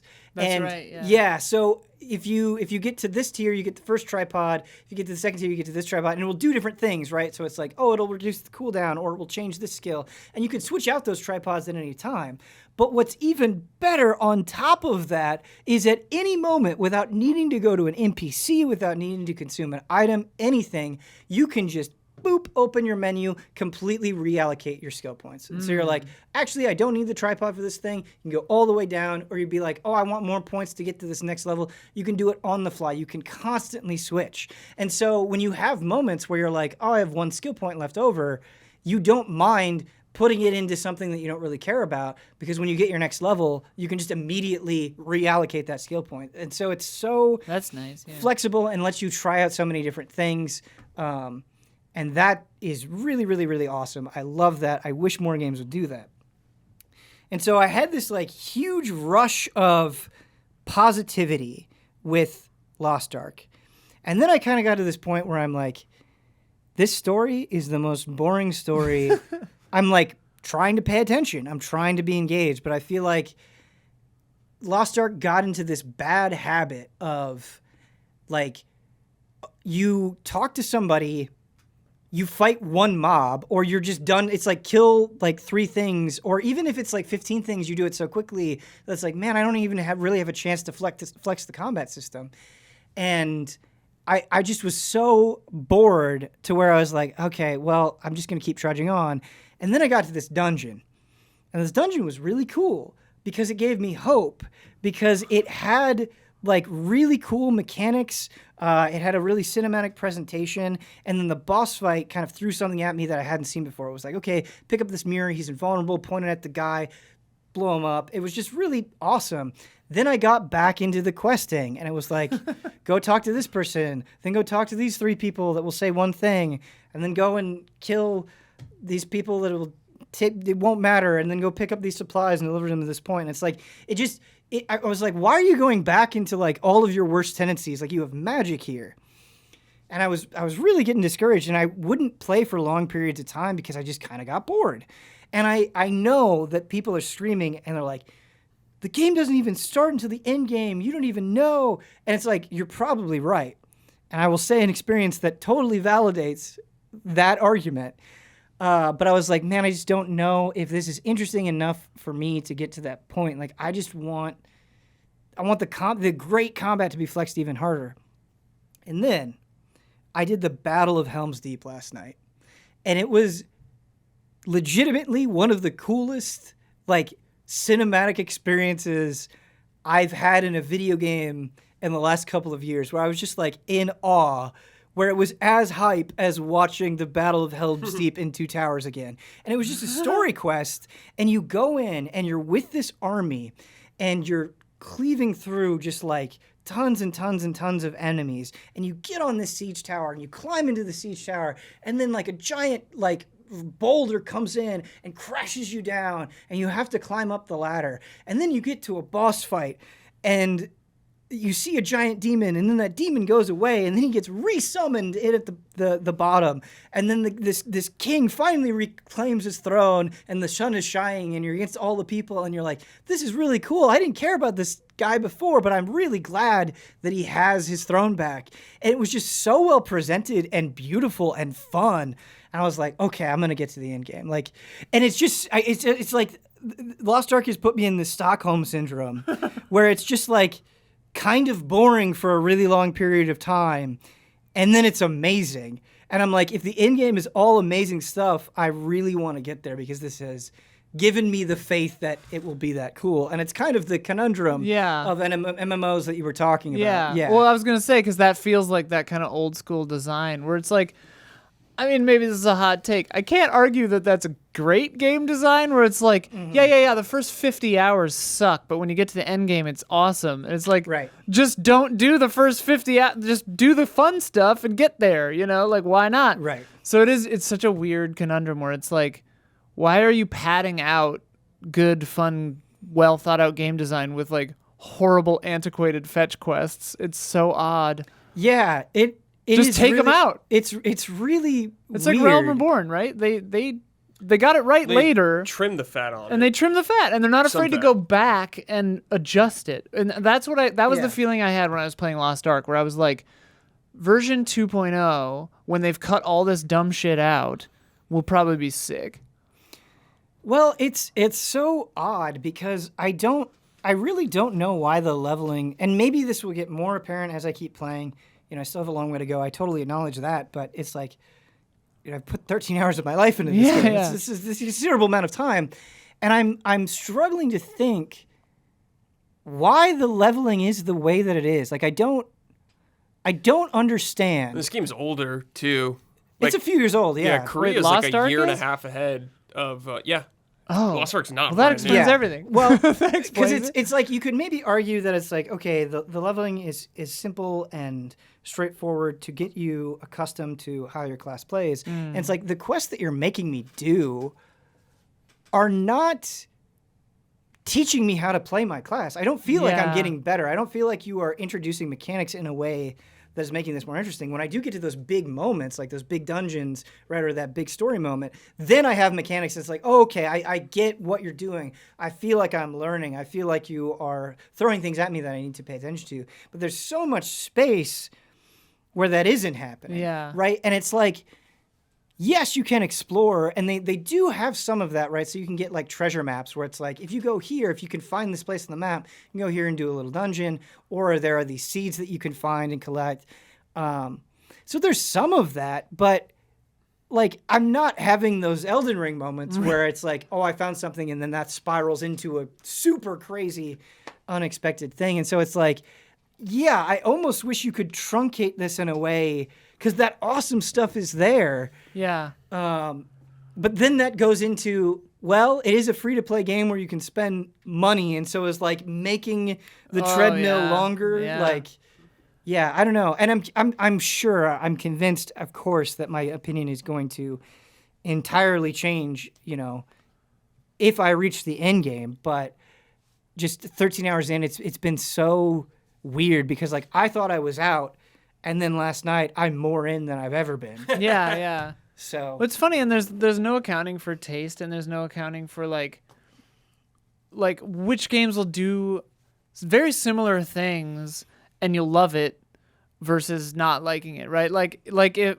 I think about Three Houses, right? Like it's all killer, no filler, unless you don't like the school parts. And then I imagine the game is boring as hell because you're like, why am I talking to all these kids? Whereas I was like, I need to maintain these friendships. I care about this so much, right? And it's like Triangle Strategy is another example of that, where it's like, it's very much in the lineage of Final Fantasy Tactics, where it's like, there's a lot of talking up front in this fucking game. Like, just the demo of Triangle Strategy, I think we're both around the same place, like Chapter 2.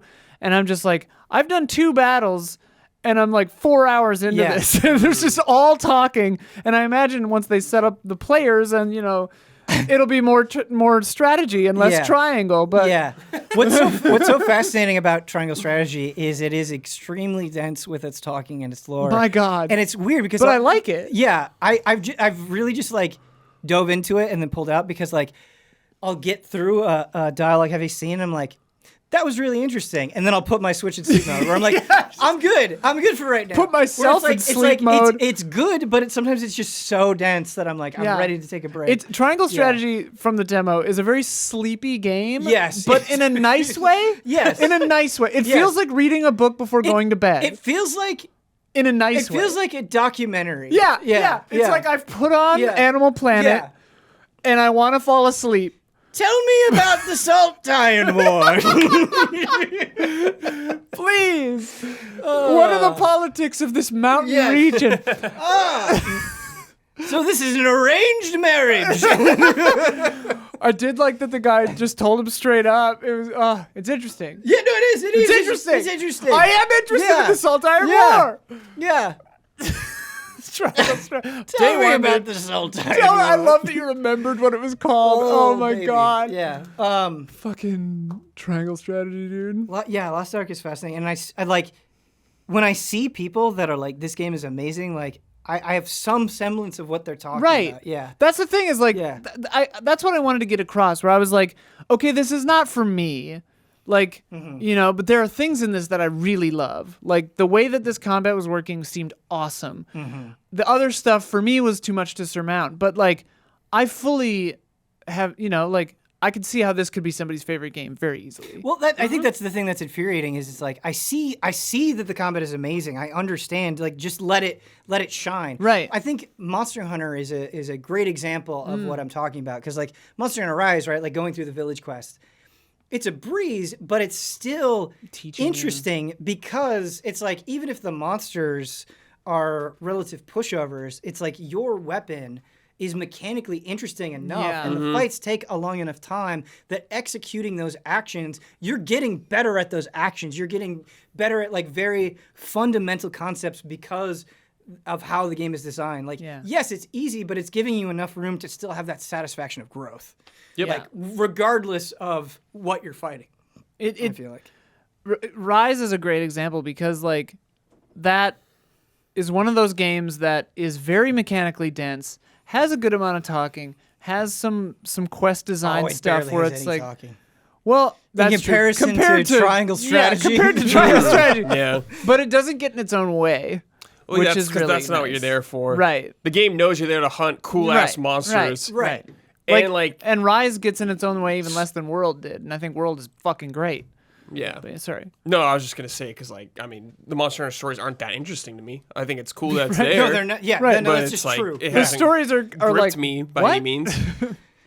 Yeah. There's the Gaia stream, and we're here, and we have to kill it to save it. And The Rampage! Yeah, the Rampage is on. It's like, sure, man. Rampage is coming. Are you ready, Hunter? I guess if I have to do that to get cool armor, sure. Let's do the Rampage. Something's wrong with the maidens. Might have to do with the Rampage. Yeah. That's pretty much the story. Oh, that's the story. Yeah. That not even pretty much. That is the story.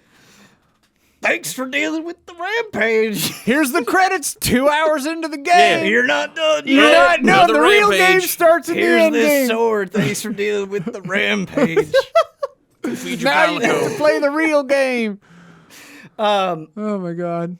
There's one more game that I want to talk about that I dug into today that was maddening, and I love it. I've played about 2 hours. You're cheating and on Elden Ring? I need way more time with it, but that is Session.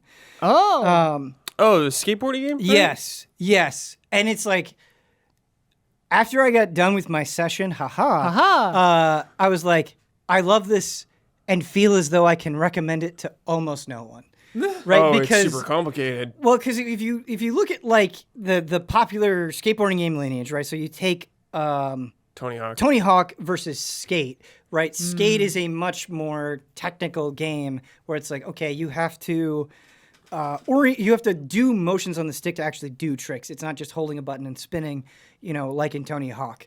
Session takes that yet another step where each stick is a foot on the skateboard. Oh God! Me? It's like Excuse like me? WAP or something. It's like Octodad. It gets crazier, right? And it lets you know up front, like this is gonna be frustrating. You're gonna need practice to get comfortable with this, and it's absolutely right. But it's not just that, right? So Nightmare physics. you have to also keep in mind which stance you're riding in, whether you're riding regular or goofy. Because if you're riding regular, right, and your feet are facing to the right, you hold the right stick down and then pop the left stick up to do an ollie. But if you're riding goofy, if you're riding switch, you gotta switch it. You have to do the left stick down So it's like and the right stick up. tank control. And when I tell you that, you're like, well, that doesn't sound that bad. But when you're in motion and you're like, wait, I did a revert. I have to do the sticks the other way. That's really cool, That's actually. kind of awesome. It is awesome. It is so awesome because like Left stick, left foot. yeah, you do get used to it. But what I like about Session, right, is I feel like it kind of like takes that feeling that I had with Skate and enhances it even more. You'll do like the most basic thing and you're like, I am a god. Yeah, exactly. Like you do a 50-50 grind and say Tony Hawk, right? Right. And you're like, You're pushing triangle. That's you're about pushing it. triangle. Right. It's like that doesn't even matter. Like I get mad if I just do a 50-50 grind in Tony Hawk, right? you gotta do a grind where you're going halfway across the map. Yeah. But in Session, like it feels like actual skateboarding, Right. where you'll be at a rail and you'll be like, oh, I jumped too far. Oh, I didn't put my board up enough, or oh, I didn't do the motion right, or whatever. And like you'll do that 50-50 grind to come out of it clean, and you're like, that was such an incredible feeling. Yeah. Yeah. It's gonna be like you do a kickflip board slide, and you're like, well, this is the peak. Yeah. And so that's been really, really cool. And they have this tutorial that they take you through, and then once you go through that, there's actually a story mode. And so that's what I was checking out. And the story mode is really interesting because so far it will focus on like essentially, for the most part, different aspects of the game. And so it's like, go here to this guy and we'll talk about manuals. And so I think they have a smart sense of breaking down this super complex game. And I think it's smart that a lot of the challenges aren't like, okay, like, it's not about like get this score. It's about like, do you understand this concept and can execute on it? Where I would say Session falls short is I don't want them to simplify it, but I can definitely tell that these people are skaters that are making a game for skaters using lingo in such a way where you're like, wait, what? Because there was this mission. It was like one of the first missions, if not the first mission, where they're like, okay, let's do manuals. And they're like, okay, do a normal manual, and then do a nose manual, and then do a switch manual. And I was like, wait, what is switch again? How do I do that? Yeah. And I was like, I can't go back. You're not telling me what I'm doing wrong. It's just like it's a very binary, like you do it or you don't. Mm-hmm. And I think there's so much flexibility in Session to its benefit, but that the completing of objectives can't really do that, because I swear I would like do a switch manual over and over again, and then just one time it counted it. And it could have been something on my end. That was like training mode in Street Fighter V for me, where I was like, I'm doing the punch. What do you want? So you are getting to a point that I absolutely thought of, where this is very similar to a problem fighting games run into, where you'll have a challenge mode. It'll be like, string these things together. And you're like, I am, and it's not working. It felt like that issue all over again. You have to do it at superhuman speed. Right. It's just like, oh, okay. There was another challenge that I did where I was like, just grind this rail 3 times. And I was like, okay, cool. And then there would be times where I would grind the rail, but then I would land and bail. And it was like, well, you counted that. I did grind the rail, but it doesn't really feel that monumental because I didn't stick the landing. Or there would be times where like my truck would just barely touch it, and it would count it as much as like a super clean, smooth grind. And so it's like, okay, like it's all the same in the dark. The way that you're evaluating this feels like it could take a little bit more nuance. But I think the saving grace here is the mechanics are so complicated that like you can kind of, if you have that spirit within you, like as you get a new mission, it'll be like, go to this place, right? And I'll be like, okay, I'm skating there. And you'll be like, wait a minute, that's a really sick railing. And so you can just get distracted and being like, can I grind that railing? And so you're kind of like, become the master of your own domain, where it's like, yes, the evaluations of these missions aren't that great, but this system is so deep and rewarding that I feel compelled to dig into it on my own. Something that I thought was really interesting and like kind of a cool call out is this person was like, I'll give you, I think it was like bonus money if you do tricks that were actually done at this spot. Oh, cool. And I was like, I don't know any tricks that were done at this spot. And I accidentally did some things and it gave me bonus things. And they're like, make sure next time that like you read up on the spot and like, or like copy do research. Yeah, in real life. That's like such on a Wikipedia. That's like such a demanding call out. Given your that like homework. I'm kind of into it. I Sure. Where it's love like, that, dude. Whoa, like so there's this. It reeks of authenticity, and you can see the budget in everything. Like the character models don't look that good. There's no voice acting. It's just a static image and text, but it has fun with itself. It's cracking jokes pretty constantly. And there's like this weird flexibility to it that only janky games will have. And so there was this one dude, I think he was dressed, he looked like Skullomania from Street Fighter EX. Yeah. And he was like, okay, I need you to place this rail down and grind on it and then pop up over this gap. And I was pretty amazed that I could just get off my board, hit the left bumper, and I could just place a rail down anywhere I wanted. Oh. So you can just be like, okay, I've got this kicker, I've got this rail, and you could just put it down. And it was like, that's amazing. Actually controlling it and selecting it and like getting it to be exactly where I want it to be was kind of a nightmare. But that in and of itself created its own fun. Because I could like I get that. I could put the rail inside the other railing, and it's like that doesn't make sense, but it works. And so I was like, okay, I can't quite pop over the gap, right? So I would keep adjusting it and then being like, okay, I need to position myself in exactly the right way. Does this NPC have collision? Nope, they don't. Okay, I can factor that into my angle, right? And so it became this like super simple thing, but because it was so janky and free form, like that made the fun in a really cool way. And like, I swear if I recommended this to just like an average video game player, you're going to have a nightmare. Because most average players would probably expect like Tony Hawk, simplicity. Right. What I do want to say, and I did not check out, is I went with default settings. So they have a new update, and I believe as part of this update, they have a whole bunch of different control options and ways that you can tweak it. Of course, do whatever you want. I'm all for it. But having been through the default mode for a couple of hours now, it definitely feels like this is their intention. Mm-hmm. Although, it almost feels like there aren't enough buttons on the controller to do what they want to do.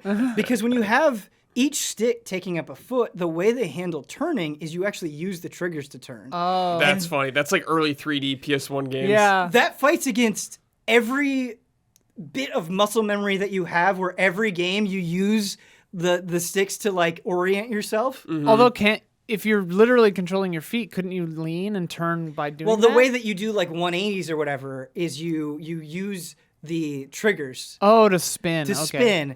And then like if you're doing a manual, right, you have to balance your finger in such a way, and then you use the triggers to like turn it. Yeah.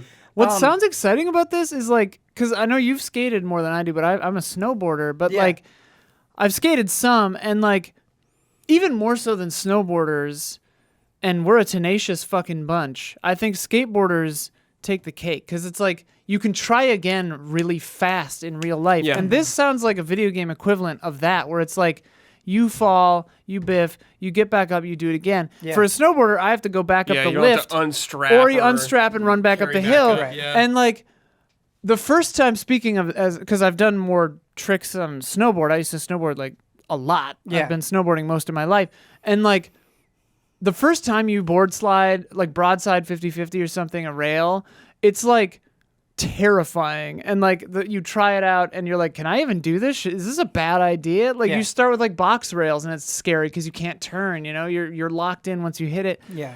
And you got to send it, but like that practice is what makes it so much fun. And like if a video game can capture that like in a realistic Yeah, way, that's a good point. it's very rewarding. Skateboarding is absolutely terrifying. Like dropping Oh, in yeah. even off the tiniest thing. Like to skateboard is to know you will put your body through hell. Yeah. Like snowboarding, you're padded because you're wearing snow gear and you're falling on snow. most Yeah. of the time. Like which is softer. skateboarding is on Concrete. cement. Yeah, Like, yeah. I tried a one wheel, which felt pretty much like snowboarding, closest analog to snowboarding on the road I've ever done, and it was amazing. And I was like, do I need to buy one of these? But they're $2,000, and I was like, probably not. But like, that was always in my mind psychologically. I'm like, this is not snow. Yeah. And also there are cars. Yeah. It's just like, and police that probably won't like you being here.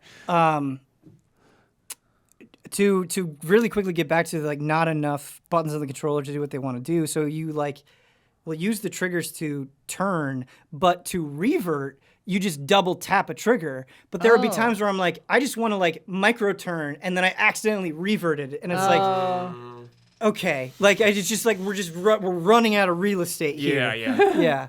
So that was really Interesting. interesting. But Steep learning curve, but sounds Yeah. fun.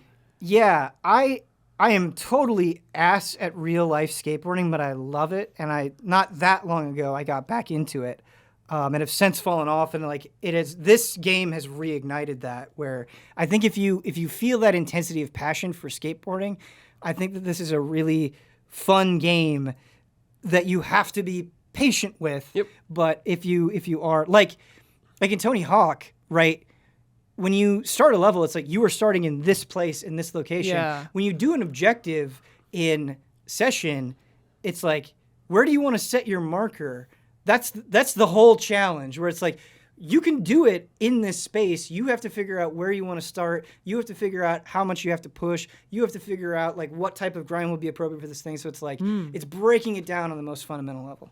There's something you said earlier about how it doesn't explain, like it didn't explain Switch or whatever, like terms. Well, it And, like- did, but it was Well, like, right, but like, yeah. that's such a unique, fun, silly video game thing. And I remember I was trying out Wild Rift, the League of Legends phone version. sure. Because I've got a friend who works at Riot, and he was telling me about it, and I was like, okay, yeah, I'll try it out. And I wish I could remember what it was, because there was some term that they used in the tutorial that like they just assumed you had. Jungle. Yeah, it was Was it- something like was it that. ADC? It was like ADC or jungling Yeah. or like mid or top or whatever, and like. Yeah. They just assumed, it was for a lot of different terms now that I remember it, that you knew what that meant, and they didn't tell you. And it's so funny to me where it's like, oh yeah, okay, there's just an assumed level of interest that you wouldn't have if you don't already know what these things mean. And it's so funny when you get a situation like that. Yeah, it's interesting because even on this show, like I have to be cognizant of that sometimes, where it's like, okay, what is our audience and how much of it is it fair for me that they assume that I know? And like from League of Legends perspective, with how globally popular that game is, yeah. I can People know more about that than I do. That's for yeah, damn sure. I can somewhat see where they're like, we really don't need to explain jungle anymore. I think they got, I think there's some. Yeah. I mean, I was somewhat cognizant of that while we were talking about Elden Ring, because I was just like, someone who's never played a Souls game understands 40% of what we're saying right now. I think just with Session, it was interesting because I wasn't getting this trick, and I was like, I thought I understood this, but it's not saying anything, and nothing in the menus is giving me anything. And so I was like, okay, well, I'm gonna like make a new skater, redo this thing. And it's just like I just hit this brick wall, right? Wow. It was just like, They expected you to do outside research. Apparently, they want you to go to Wikipedia. What tricks were done here? Study the location, Ben. But I really respected it. That's awesome. It's stone faceness. kind of awesome. Here, but What it's like, tricks were done but by here? who? Right. Go watch a video from 1985. When in doubt, say Rodney Mullen. Yeah, that he did at this spot. That's kind of cool that it has historical context, though. Yeah. It's like Destiny's Grimoire. It's not in the game. You have to go outside of the Outside game. research, baby. I wouldn't be surprised if they were like, okay, we have DLC for you, but we will not let you download it until you send a JPEG of an actual scab that you got while real life scab.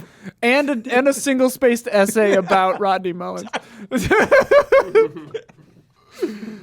All right, it is time for the HOTTAKE. So the 9th generation of Pokemon was announced on Sunday. Blood and I did some reactions. And I was thinking about this episode, and I was like, what's so fascinating about Brad and Isla is they're not like I'm all in on the Pokemon train, have been for a while, and you guys, I feel like, want to be, and there is some interest Desperately. there. Yeah. Yes, I've dipped my toes and then like you and then got really stepped back into out. you got really into Let's Go. I beat Let's Go Eevee. Yeah, and then Bounced I off feel sword like hard. Yeah, and then like haven't dived into Arceus, and so that's how I want to frame this HOTTAKE, where like after playing Arceus and seeing what they're doing with Gen 9, I'm like I'm really interested in this. But if people who are older and have been out, what is it that you would want to see from Pokemon where you would go like, okay, I can't miss this? So they're doing it already with Legends. Is the world? I like when I played Sword and Shield, man. Going through that world was so boring, and I felt like I was playing. It was like the same pathing. It felt like to me like a Game Boy game almost. Oh my god, it literally was. And I was like, man, this world is so cool. And it should have this sense of exploration. Going out and finding Pokemon should be actually sweet, and not just trying to get a random battle in the grass. But it seems like they're doing that now.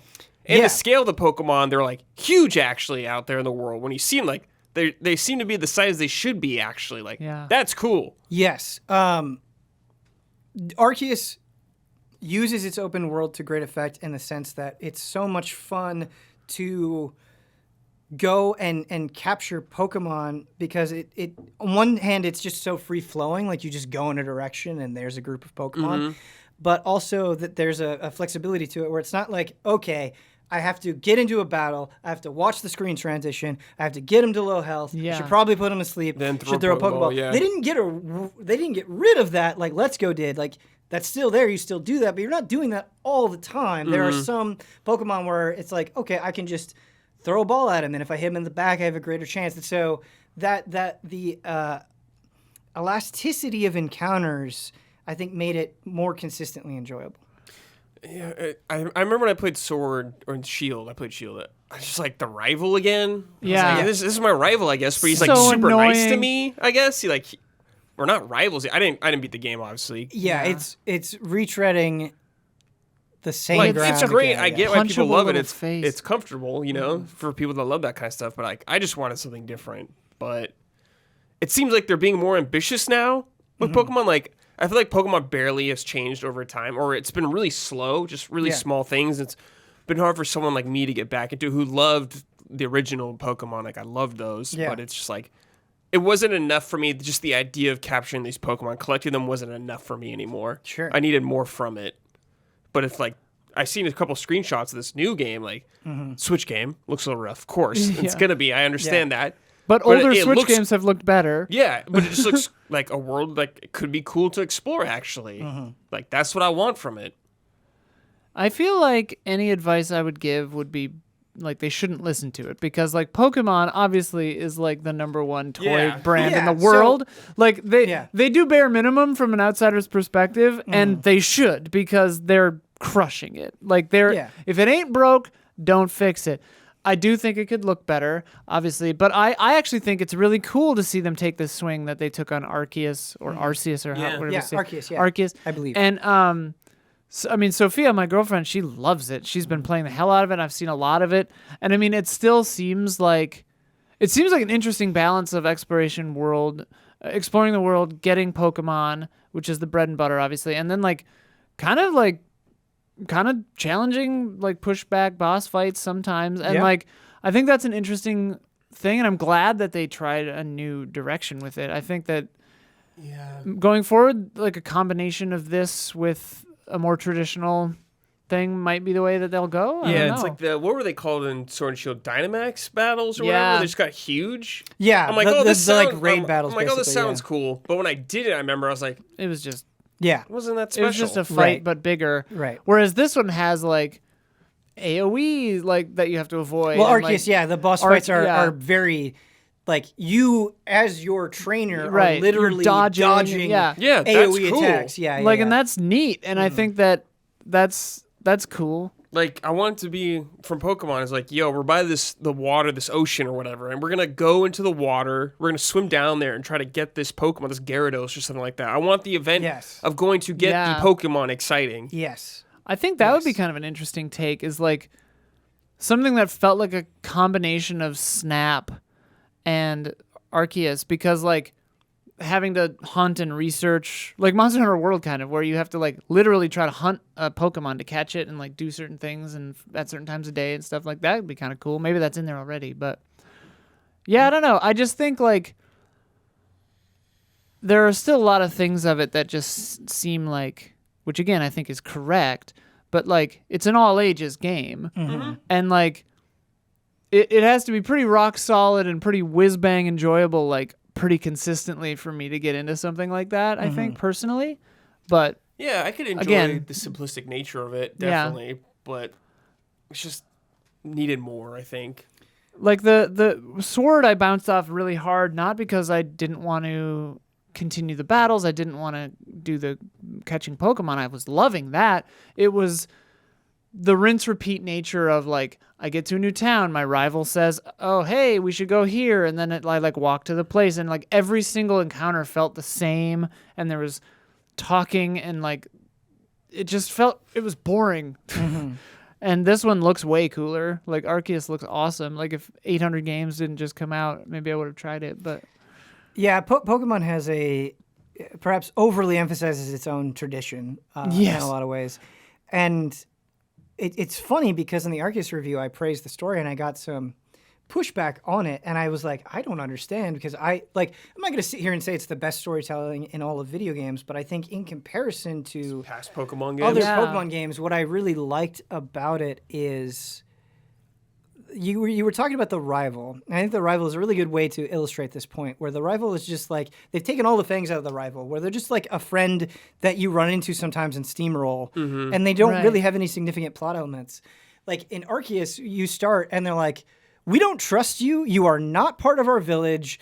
Pokemon are really dangerous. A lot of people are terrified of them. We're going to send you out there and you might die. Yeah, that's a way cooler and different approach. But that's awesome. It is. It was really, really neat. And it really felt like the story had some teeth, or at least it very much tried to present Pokemon as a threat or as something mysterious or something that you needed to learn about for a very practical reason. And the other thing that I liked is I was really impressed with the requests, the side quests in the game, where they weren't overly elaborate, but they tried to give the quest giver some sort of quirk, some sort of personality, some sort of flair to make them stand out or to do something. Where they're like, I think there was one where this woman was like, I need to make sure that this lid on my jar of pickles like stays firmly closed.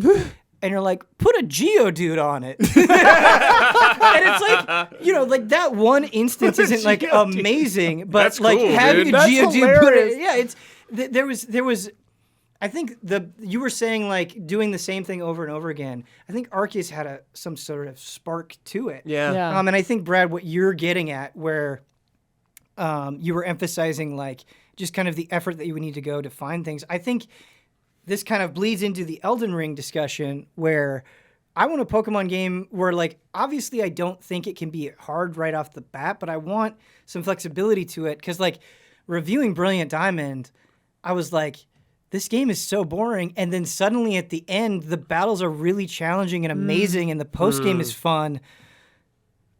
I wish I could have had, because like More of it. the battle system in Pokemon is the best in the business, but you really have to seek it out and dive into it and really engage with it, and kind of like get through a lot of boringness to appreciate its real beauty. And what I think would be neat about Pokemon is I don't think it can do that off the bat, right? I don't think it can be super challenging off the bat, but I would love to see the option where it's like, okay, if you want to, you can go through the traditional structure and there'll be a very nice gentle curve, but it's going to be harder. You can dart off in this direction and encounter things that you're not ready for. Or like, I just like it. Everything is so gated in Pokemon, and I just want you to like remove the gates. Yeah, you can guide people in a direction, but like give me the flexibility if you want to. Yeah. I wonder what a somewhere else, Pokemon game would be like with difficulty settings, like Yeah. SMT 5 or something. You know, like kind of the flip Gen of 5 the. had difficulty settings, but I think did it? I think it was weird how you did it. Oh, okay. I'm not sure. Yeah. It's like the flip of the FromSoft argument where it's like no, like some people are like no difficulty settings. It's like, well, Pokemon could have a hard. I think something Arceus does that's like kind of exactly what I'm talking about is there are these like red-eyed Pokemon that will The crush you if you alphas? tackle. Yeah. If you tackle them. Oh, that's cool. But it's like it's neat that they're there and they can be a threat, right? It's just that disruption. Yeah. So cool. It looks neat. It sounds like they're taking small steps with the Pokemon franchise, which is more than I could say they've done for a while. So Yeah. keep it up. I guess when you're that monolithic, like turning the Yeah. barge, you want to be pretty careful. Like Yeah. Yeah, I think that's what made Arceus so shocking. Is it was like this was bigger than I expected you guys. Yeah. to do. it did more than I thought that it would. Do you think the general positive reception to Arceus and just the zeitgeist of Pokemon, like when Gen 9 comes out later this year, are you in? It's gotten me more in than I've been for a while. Like, I feel better going into this than I did about Sword and Shield or whatever. Pokemon to me is, I mean, maybe I would jump in. I've jumped in on Eevee, Sword, and Snap, so yeah. But like, it's like owning a dog, right? Where it's like, I like having a roommate who owns a dog. I've got a Yeah. girlfriend who's super into Pokemon, so I see most of it anyway, and I don't have to do it. So it's like, you know, I get the S. Yeah. Morgenstern version, just the Yeah. good parts. You have a roommate who has a dog. Yeah. Yeah. And that's how I am for Pokemon. I think that's a smart approach. I really do. All right. Are we ready for some emails? Yeah. Are you ready for some email? Our I do that first every time. email comes in from Marson, who wants to know about open and Metacritic fueling criticism with Elden Ring. Okay. Hi, Ben and allies. The last few days while playing and enjoying my time with Elden Ring, a very strange feeling has manifested in my head. Are Open Critic and Metacritic fueling the criticism of games like Elden Ring? As you probably know, Elden Ring sits on those websites with a higher average score than any other game in the last few years. My best friend and casual gamer, seeing that, asked me if I think he should give it a chance and buy it. Knowing him my whole life, I told him not to. Now, I know you probably think, why did I tell him not to when my best friend wants to get into a series I love? No, I get it. He No, I recently fully get got it. God of War Yeah. on PC and told me he is enjoying the game okay, but the combat system is too challenging for him. That led me to believe that Elden Ring is a game for only a specific audience, and the critics' score and marketing could lead many people to believe otherwise. As of now, I see a massive angry videos, tweets, Reddit posts already saying Elden Ring is overrated. My theory, the whole meta and open critic system has one big flaw. Games like Elden Ring or Persona 5, which are definitely targeted at a specific group, get high scores, and people who get interested in them realize that they do not like them. My question to you, is there any way or need to separate massive appeal titles with high scores like the Forza for Horizon 5s and Mario Odysseys from the Elden Rings?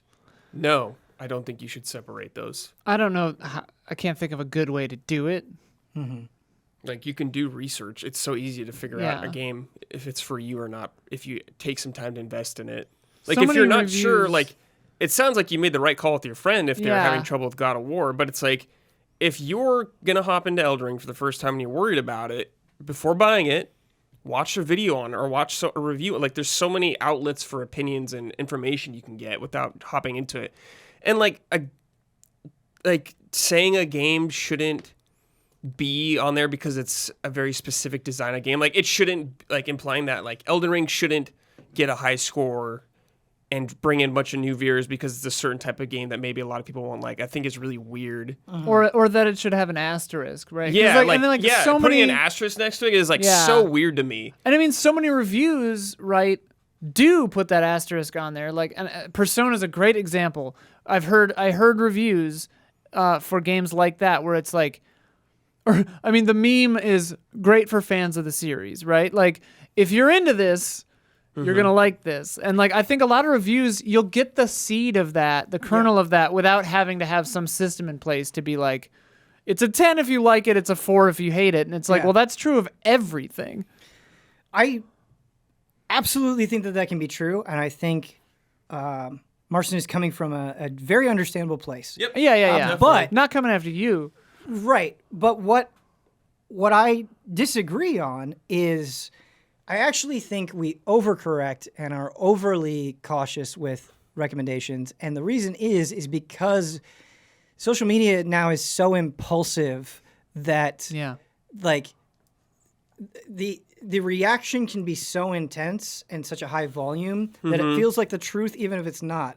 Like the volume with which people are streaming Elden Ring and putting out YouTube videos and making tweets, it feels like Elden Ring has been out for a year. Yeah. Elden Ring has been out for 3 days.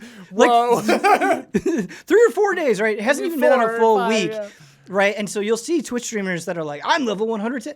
Like, this same thing happened when Dark Souls came out. Right. Where, like, Dark Souls came out, it got really high reviews, but there were a bunch of people that were like, this game is too hard. It happens with every FromSoft It's game. only for a small with group lots of of people. Yeah. Then over the years, as more people adapted to it and became to understand it, it grew and grew and grew. I don't think you can say Souls is for a small audience anymore. I just think that's factually untrue. But every step of the way, people are like, only a tiny group of people are going to like this. It's only for masochists. It's only for weebs, blah, blah, blah. Just the same tired excuses you hear trotted out. It's people trying to rationalize their own disinterest in the game, but it's not actually true. And sometimes it takes you a while to warm up to something. The story on Elden Ring has not been fully written yet. Everybody calm down. Yeah. I mean, everybody calm down is like the motto of humankind. Like, we all just need to fucking calm down. Get hung up on scores. Way too much. For sure. And also, like, it kind of is akin to the difficulty accessibility debate that's been going on, spurned on, but like, and it's back in the, because like, I fully think that every game should be accessible to everyone. Everyone should be physically capable and able to play everything, right? What I think that some people who get like really pissy about a game being given a 10 and then they don't like the game, and then they're like, well, the 10 is wrong because I didn't like it. Yeah. They're conflating their own tastes with the quality of a thing. And it's like, there are so many 10s that aren't for me, and that's fine, you know? And it's like, just because not everyone has to like everything is the point. And like the fact that people think that things getting a 10 and then they don't like it for any reason, it's too hard, it's too dark fantasy, it's too on PlayStation, my computer can't run it, whatever, like, that's not the same argument, and it's not valid. It's like, that's why I love Steam's refund program, because it's like, and I really wish that Sony and Xbox and everyone had something like it, where it's like, defang the decision, right? And maybe you have to change it, like Elden Ring's a 7 billion hour game, like maybe give 3 hours for the review or the refund period instead of 2 or whatever. But like, I think that everyone should be able to make, like, because, you know, like $60-$70 is a huge commitment, and it's like, I think that fuels the rage more than the 10s on OpenCritic or Metacritic, because it's like, you stand to lose the investment of buying this game if you don't like it. Whereas if you could try it and then return it just for not liking it, you wouldn't have to get pissed that it got a 10 and you were wrong, quote unquote.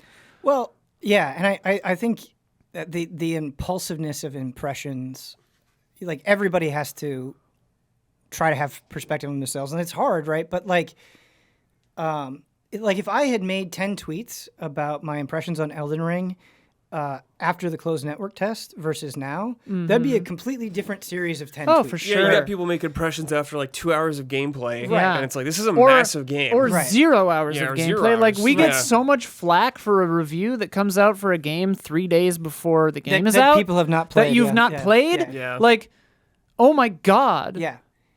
Yeah. Like, transphobia and shit aside, like, those comment sections are so fucking salty for a FromSoft game Yeah. or for various other games. It's just like, bro, why? Who cares? Yeah, and I think that is an important thing to say with Elden Ring is like it is not easily digestible, and I think it takes time not. to fully reveal for itself. Sure. Yeah. It does. And you don't have to like that. Yeah, that's fine. That's Right. okay. Right. That's okay. There are different things for everybody. Yeah. Yeah. You know? Like Sessions sounds fascinating. Yeah. And it's like, that is definitely designed with a certain kind of person in mind, with a certain kind of mentality. But I think that if you want to try it, try it. But here's the important thing about Session, and you're touching on something that I think is so brilliant, right? Is we compared it constantly to Tony Hawk, and I think the comparison is valuable and that reference is valuable.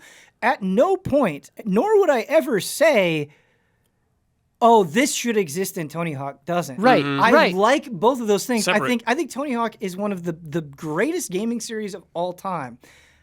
I am glad this isn't just another Tony Hawk. We talked Right. about Horizon and Elden Ring. Yeah, and I've same seen, thing. I've seen people make jokes, and I know that there's a joke around it, and it is funny, but people are like, boy, I can't wait for the game that comes after the week of Horizon 3. Right.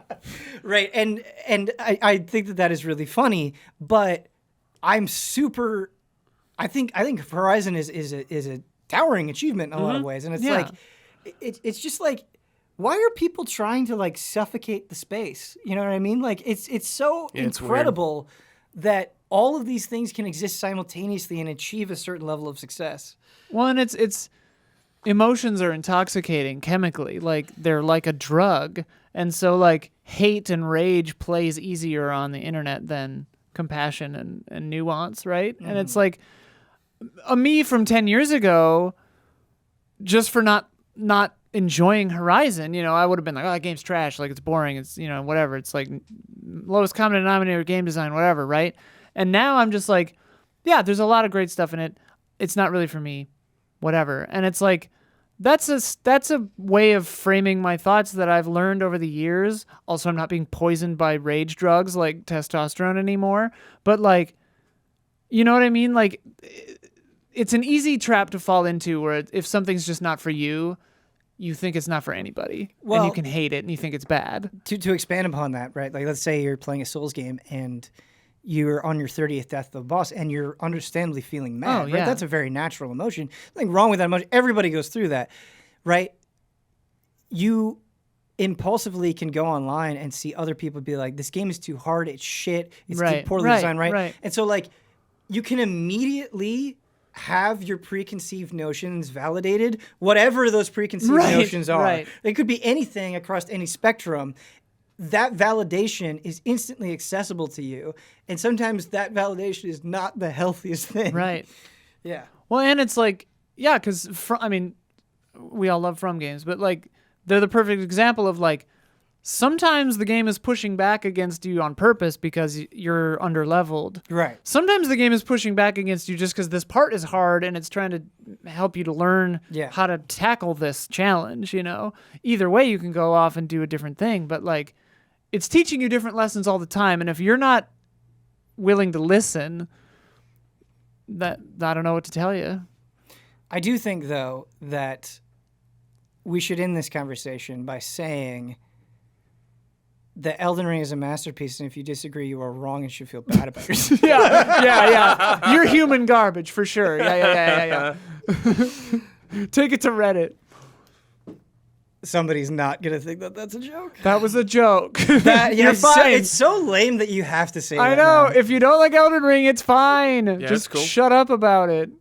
Like, I mean, or don't. I don't know. It's fine to talk about it. We've been talking about Elden Ring for 2 hours and 18 minutes. But you should feel filthy. Yeah. Just whether wretched. you like it or don't. Yeah. You should feel like you're missing out. Yeah. Be a lot cooler if you Yeah. did like it. Yeah. Be a lot cooler. If Yeah. You feel Way cooler. Do we have to say that was a joke again? I don't know. Wasn't a joke. Our next email comes in from Craig. Hi, Craig. Hello, allies. When recommending a game, you usually describe it in whatever way you can in order to get the person to want to play the game. A sell, if you will. However, what games can you think of where the less somebody knows, the better? Games that come to mind are Doki Doki Literature Club I was just thinking that one. and the game of the century, Frog Fractions. Yeah, dude. The less you know, the better. Man, so those are the worst types of games because Frog Fractions is a brilliant example Yeah. where you cannot tell people why the game is amazing with you can't without ruining everything. Right. Yeah. And that on a podcast like that's really difficult. That's why I have huge respect. Doki Doki was the first thing I thought of. I have huge respect for Doki Doki because the Steam page plays it 99% straight as just a romantic visual novel or whatever. It doesn't tip its hand at all, except it has the psychological horror tag. Yeah. So like the description is very plain. All the pictures Legal reasons. are totally normal, but I think they did it on purpose because that tag, I was like, wait, what? And like I'd already heard that there's some weirdness to it, but like if I was just browsing the shop and I was like, oh, cute, a romantic visual novel. Why does it say psychological horror? Nothing about this indicates that. And then it's like one of the more disturbing games I've played, right? I respect the restraint there. Outer Wilds comes to mind, where I guess in that one you can kind of explain it, but if you say anything specific, it would ruin it. Yeah, it'd be like with Inscription or something like that. Inscription's a great example. Where it's like, oh, it's a cool card game. Yeah. Like card games, check it out. Yeah. And it's weird, like, one even hesitates to say with Inscription or Doki Doki, like keep going, or like it gets weird, like even is saying that too it's much? hard like to who knows? Sometimes give a recommendation without actually letting someone know. Yeah, like I haven't played Doki Doki, but like I know there's already like a thing in it or whatever. It's like it's just the nature of the beast kind of recommending stuff. Yeah, so I think it comes down to a few things. There are just different types of people where there are people that don't want to get into a thing unless they know something about it. And I understand that. I don't think that's wrong. Guard your time. Yeah, that makes sense. Like, I think this probably makes more sense if you're not like heavily invested in a thing. Like for me, I'm like really picky about what movies I see in the theater because it's like this isn't something that I do all the time. My life hassle. isn't movies. Yeah. I'm so, picky like, now because of COVID, but yeah. Yeah, and so it's just like I'm more picky about that because it's like a rare thing that not a rare thing that I indulge in, but it's not something like video games are my entire life. It's my job. I'm doing it all the time. And so if you say like, this is nothing you've ever experienced before, I'm like, all right. Like even if it's a bad thing, like that still has value to me. It's terrible. Yeah. Whereas like a movie, you're like, this is nothing you've ever experienced. Is perfect. I guess that could get me interested, but it wouldn't be processed in quite the same way, I guess. I don't know. That makes sense. The other thing is, and we talked about this maybe on the last episode of Frame Shop or the episode before, but I think people overvalue spoilers. I am not saying that not being spoiled doesn't have a benefit. It absolutely does. But if something is done really, really well, even if you know what's going to happen, there is joy in watching the execution Unfold. Yeah. that I think you may still get a lot out of, even if you know something. Like Doki Doki is a good example where, yes, I didn't know exactly what was going to happen, but I had some semblance of the tone that was going to take. Still had a blast playing that game. I think there's a not even that of fun. There's a gulf between enticement and spoiling, right? Like you can say, play Doki Doki, it gets weird and freaky. And that's different from saying, play Doki Doki, this specific thing happens, right? Like you don't need to do the latter to get someone to play Doki Doki Literature Club, And so I think you can toe the line in almost every game and you won't ruin the experience. But yeah, games like that or Inscription, it's kind of tough where you're like, or Undertale, where you're like, yeah, it changes Frog Fractions. It's like, is that a spoiler? Is that not? Because Frog Fractions won, right? or even 2, you could play for a while without realizing the thing, and it's just like, is that part of it? Like, that's kind of part of it. Like, it's kind of part of it. I don't know. It's tough. I don't. Yeah. So to answer the email, I don't think there's a great way to do it. No, There's not a great way to do it. just gotta do your best. I think you just have to say, like, I'm telling you as your friend, I know what you like. I Yeah. think you would like this, but I can't say more. And, like, maybe that's how you do it. Trust me. Trust me. Oh, I messed up the timestamps. Whoops. Notice that. Oh well. GG. No re. Uninstall. Thor uninstall. Or uninstall. Last email comes in from Brendan. Hey, Ellis. On FrameTrap episode 152, Huber bravely jumped headfirst into the ongoing debate on difficulty in games. It got me thinking, how has the definition of game difficulty changed over time? For me, what was so exciting about Souls games was that it brought back a style of gameplay common during the NES generation. Play, die, and try again. My favorite games growing up, Mario, Contra, Castlevania, all followed that formula. Yes, these games are hard to beat on the first try, but I never expected to. They were designed around playing, failing, and trying again. Getting a little further each time until you finally beat it. Always followed by dancing, high fives, and fist pumps. The style of gameplay is now often dismissed as too hard. What happened? I think there are some sweeping generalizations here a little bit. To postulate a guess, the internet has destroyed humanity. Net negative overall. Net negative. I say Agreed. that as someone whose entire livelihood Yes. is based on the Yes. internet. I love the internet. Yes. Net negative for humanity. I think that there is a higher draw on our time and attention from many, many different sources now by like an exponential margin compared to when we were kids. Just like taking even aside the fact that when you're a kid, you're immortal and money doesn't exist and you can do whatever you want and time doesn't matter. Yeah, it's like those NES games. Like, yeah, they're super hard to get through, but a lot of them are really short. Also, Yeah. if Right. you like know what you're doing, you can beat some of those games really fast. Yeah. Yes. And so I think that it's a combination of the internet, lots of distractions available to everybody getting older and more vocal, combined with anonymity, just making everyone less and less patient. I think that as a human race, we're being trained out of patience and compassion. I don't think this question takes into account the historical context of these different games, right? So if you want to specifically talk about the NES generation, there's multiple things that go into it here. The first that we have to establish is many NES games were analog to arcade games, yeah. which were designed to be difficult so they could make more money, right? So that entire like mind of monetization is completely different, as is the fact that people making games back in the day, I mean, now you have teams of hundreds of people with ballooning budgets. You go back to the NES days, it was a completely different world, right? Where you had much smaller teams, and what they could point out, Brad correctly pointed out that things were much shorter, and often they combated against that length by increasing the difficulty. Yeah. And so like the entire framework and understanding of games was different in an entire generation. And you're not wrong in saying that there was satisfaction in overcoming that difficulty, but you also have to keep in mind that like the entire industry, like the sheer volume of games that you can play and have access to is different. And so I think because of that ease of accessibility, right, like something like a Game Pass was not technically feasible in the days of NES. You had to go to a store, you had to buy a game, you had to get the game, you had to blow in the cartridge, you had to put it in, right? And so... And it was one of 3 games you owned, so god damn it, you were going to love it. Yeah. You were going to beat it and you were going to love it. Because the entire industry has changed, there are more people playing games. Like the diversity of people playing games is way different.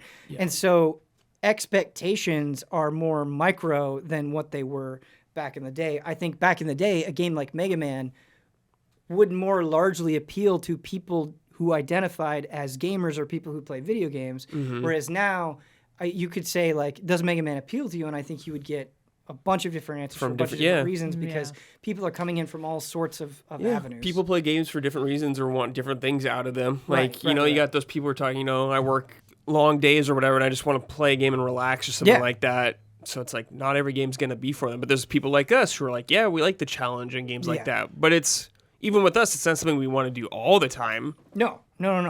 And it's like, as the email started, like, and I kind of said this before with the challenge and accessibility debate, I think again, like, it feels like the sides are having a different argument with each other. Like, I feel like there's one group that's saying like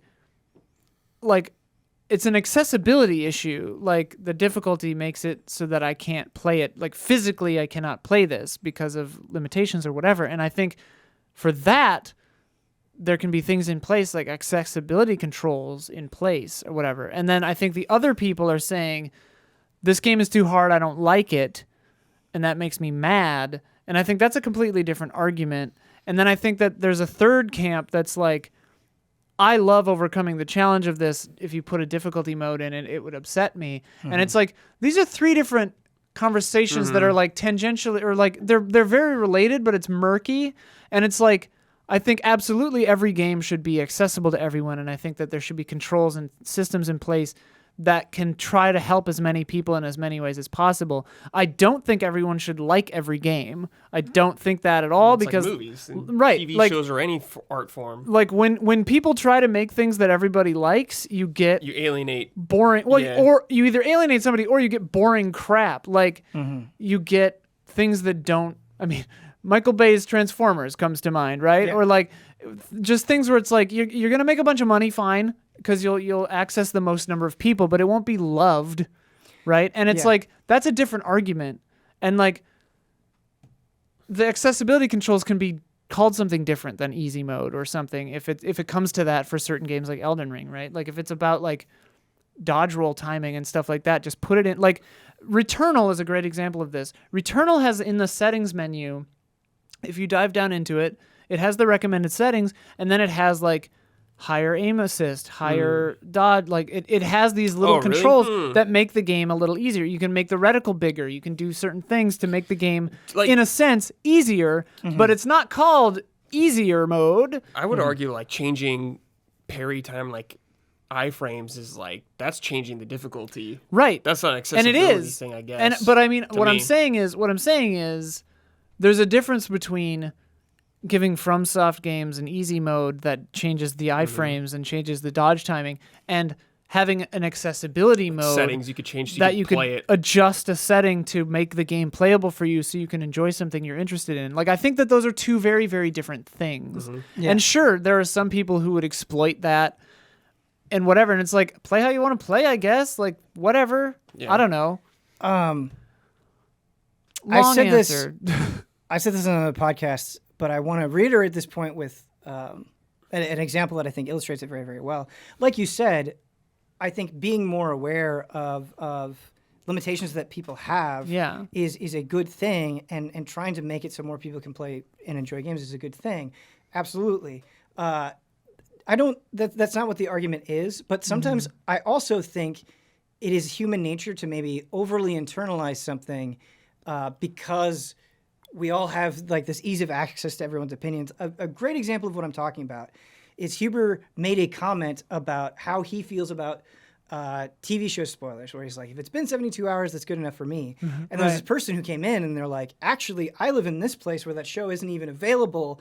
And so like 72 hours is not nearly enough time for me. And it's like, that is an interesting perspective. I get where you're coming from. I understand why you might be irritated, but it's like on some level, Huber lives in America. His perception of it is based in this thing. It's going to be hard for him to always be aware of how everything is presented in every region. Right. Or what. And I think that circles back to answering this email again, because it's like every single person, everything you say is through your own lens. Yes, like everybody's a different context. Everything I say is going to come from an American white, trans context, right? Like, if you're like, for some of us, like, our opinions on a FromSoft game comes from, I mean, I don't know if like colonialism or race or anything comes into it, but it comes from a place where it's like of ability, not just base physical ability to use the controller and etc., but like of skill and experience with these kinds of games, where it's like I look at you guys, like you two and Huber specifically, and I'm like, you guys are like gaming gods compared to like me, and I'm better than maybe some. And it's just but like in comparison to other people, we're like nothing. Yeah, and it's just like it's all about. I look at somebody in Evo, and I'm just like, what the fuck? Like, Same. you know? And I'm just like, I look at you in King of Fighters, and I'm like, what the fuck? And so it's a really funny thing to. You have to be able to acknowledge where your own prejudices are coming from, and not just speaking in the broader terms of race and cultural prejudices and like, or nationality and whatever. Like, yeah, living in this region, you don't know when things come out, the release schedules, but also just like your own skill is also kind of a privilege or a prejudice. For sure. And I think that a lot of people, circling back, I know I'm going long, but circling back to the email is like, I think the internet is making everyone forget that. Like, forget that everyone has their own feelings and experience and lens. Well, it's and they just scream their own perspective as though it's the truth. Yeah, I completely agree with you. I think it's making everybody put up walls, right? So, like, to flip it back around on this email, this person is saying like, "Hey, growing up, games were this way. Right. This new game is this way. I like that." And it's like there are a bunch of people commenting on this game that were not alive when those games were in vogue, right? Right. And do not have that historical perspective, right? That doesn't mean that's just how time works. Like they were just born later, right? Right. And so they're I was talking to someone who'd never seen Jurassic Park because they were born after it, and I was like, oh, okay. Their interpretation of it is going to be naturally different from Right. something that is completely outside of their control, right? And so I think what we try to do, and I think sometimes you can go the other way where it's like, well, I feel this way. This person isn't acknowledging that.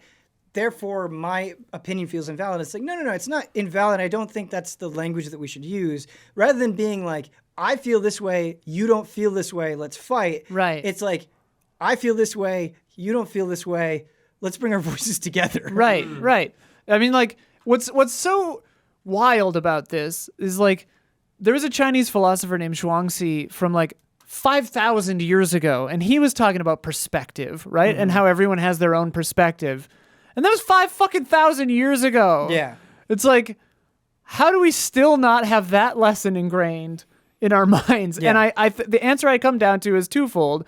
The internet is destroying us, and maybe humans just aren't great at this scale of human communication, No. like vis-a-vis the scale internet. is fucking Like up, yeah. the scale and the speed at which all of this is happening is too much for the human brain to handle. Yes. And we need help dealing with it. And like that's where like transhumanism, posthumanism comes in, where it's like we augment ourselves to actually compete with AI and shit. But like that's a whole other thing. I think it's just good to try to have empathy and assume that if a person is doing something, Here. they're not coming from the absolute worst possible perspective, Right. right? Yeah. Right. Because somebody has limitations or does not acknowledge a perspective does not mean they are against that perspective or are trying to invalidate Right. that person. And like, I think it's fair if someone comes in an email and says like, fuck you, you should die or whatever. And like, blah, blah, blah. It's like, okay, that's definitely coming from a place of bad faith. Like that is not you're not making an argument. You're just spewing. That's totally fine. But then to engage as though someone said something like that to someone who just said like, I don't like this thing, that's a very different reaction that you should be having. Yeah. Yeah. I just want, with Elden Ring specifically, I don't want to gatekeep it all in this game. In fact, I'm happy the bigger these games get and the more people that play them. I just want you to experience the same joy that I've had from these games that developers want you to have. Right. And so like it drives me crazy because when I say something like, "Oh, I don't want to summon people in Elden Ring because that's more fun to me," when people take and twist that and they're like, "Oh, you're being elitist," or Right, "I you summoned," think summoning you is think, bad? No, Dude, I summon on boss fights all the time because I try them like part 4 of the or 5 game. times. The thing is, I didn't say that. Right. I never said that. You didn't No, say right. that. Like, because boss fights aren't my favorite part Sure. of Souls games. And, like, I enjoy the challenge to an extent. After 5, 6, 10 tries, like, I'll start looking for somebody to summon because I'm just like, I just want to go back to exploring and getting cool knives. Yeah. Like, that's what I'm here for. I mean, it's part of the like, game, so... they put it in on purpose. Yeah. And so it's just like, play how you want to play, dude. Play how you wanna Everybody play. can play how they want to play. Yeah, and just because you're not If they're like, able to play. crushing it immediately, Right. you know. No one's crushing it like their first no time. one's Like, crushing no it. one's crushing it. No Not one's even crushing veterans are crushing it their first time. Dark Souls No one. 1 and then Bloodborne, I remember specifically like being stuck for like 4 hours in the first like, zone. When I played Demon Souls, I was like not good at it. yeah. Yeah. I wasn't a pro at it. No, I had to Elden Ring- struggle and learn. Very often makes me think I'm still not good. Oh, for sure. Yeah. I was saying that on chat earlier Yeah. as I was playing it on stream. I was just like, man, you're just playing this on stream. You just always are thinking Yeah. to yourself, like, man, I'm not very good at this. Yeah, and I've been am playing I? these games for like 13 years. And it's like, yeah. like I felt bad for dying to a boss 4 times after killing the previous boss on my first try during the same stream. And I was just like, it's easy to get into that psychology where it's like, oh man, I suck. And it's like, no, you're just whatever. You're fine.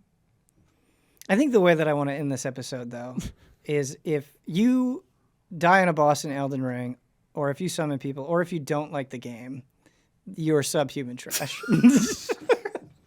I knew. I sniffed it, and I was like, Ben, don't do it.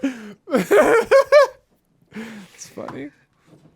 No, I'm not being serious. Thank you for the great emails. Really good batch. Great batch. Good batch. Also, Sometimes summon me. I like to pick emails. Sometimes Yeah. people think that when I disagree with an email, like I'm really mad at that person. No, I like picking emails No, that no, I no. disagree with because it's a good conversation. Yeah. Thank you Also, everybody who like, wrote in. It's fun when you disagree with like one part and you agree with the rest. It's like, you know. Oh yeah, for sure. But just if you don't like Elden Ring, like do feel bad. You're missing out. Yeah, you FOMO are is missing real. out. Yeah, and like all of you, like your friends will think differently of you. Yeah. yeah, In fact, I think different of you. Yeah. So does Ben. I know that for yeah. sure. I do. I think you're doing great. Yeah. Yeah. Don't give up, Skeleton. You can do it. Yeah, don't give up skill. I believe in you. You can overcome this. You don't have the right. Just sometimes people just have fun. Don't have take fun. everything so seriously. Go take a walk outside. Try finger butthole. Try finger butthole. Finger butt hole. Thank you to everybody who wrote in. The email address is askeasyallies@gmail.com. One more time, that's askeasyallies@gmail.com. Thank you so much for the spirited discussion to Isla and Brad. Until next time.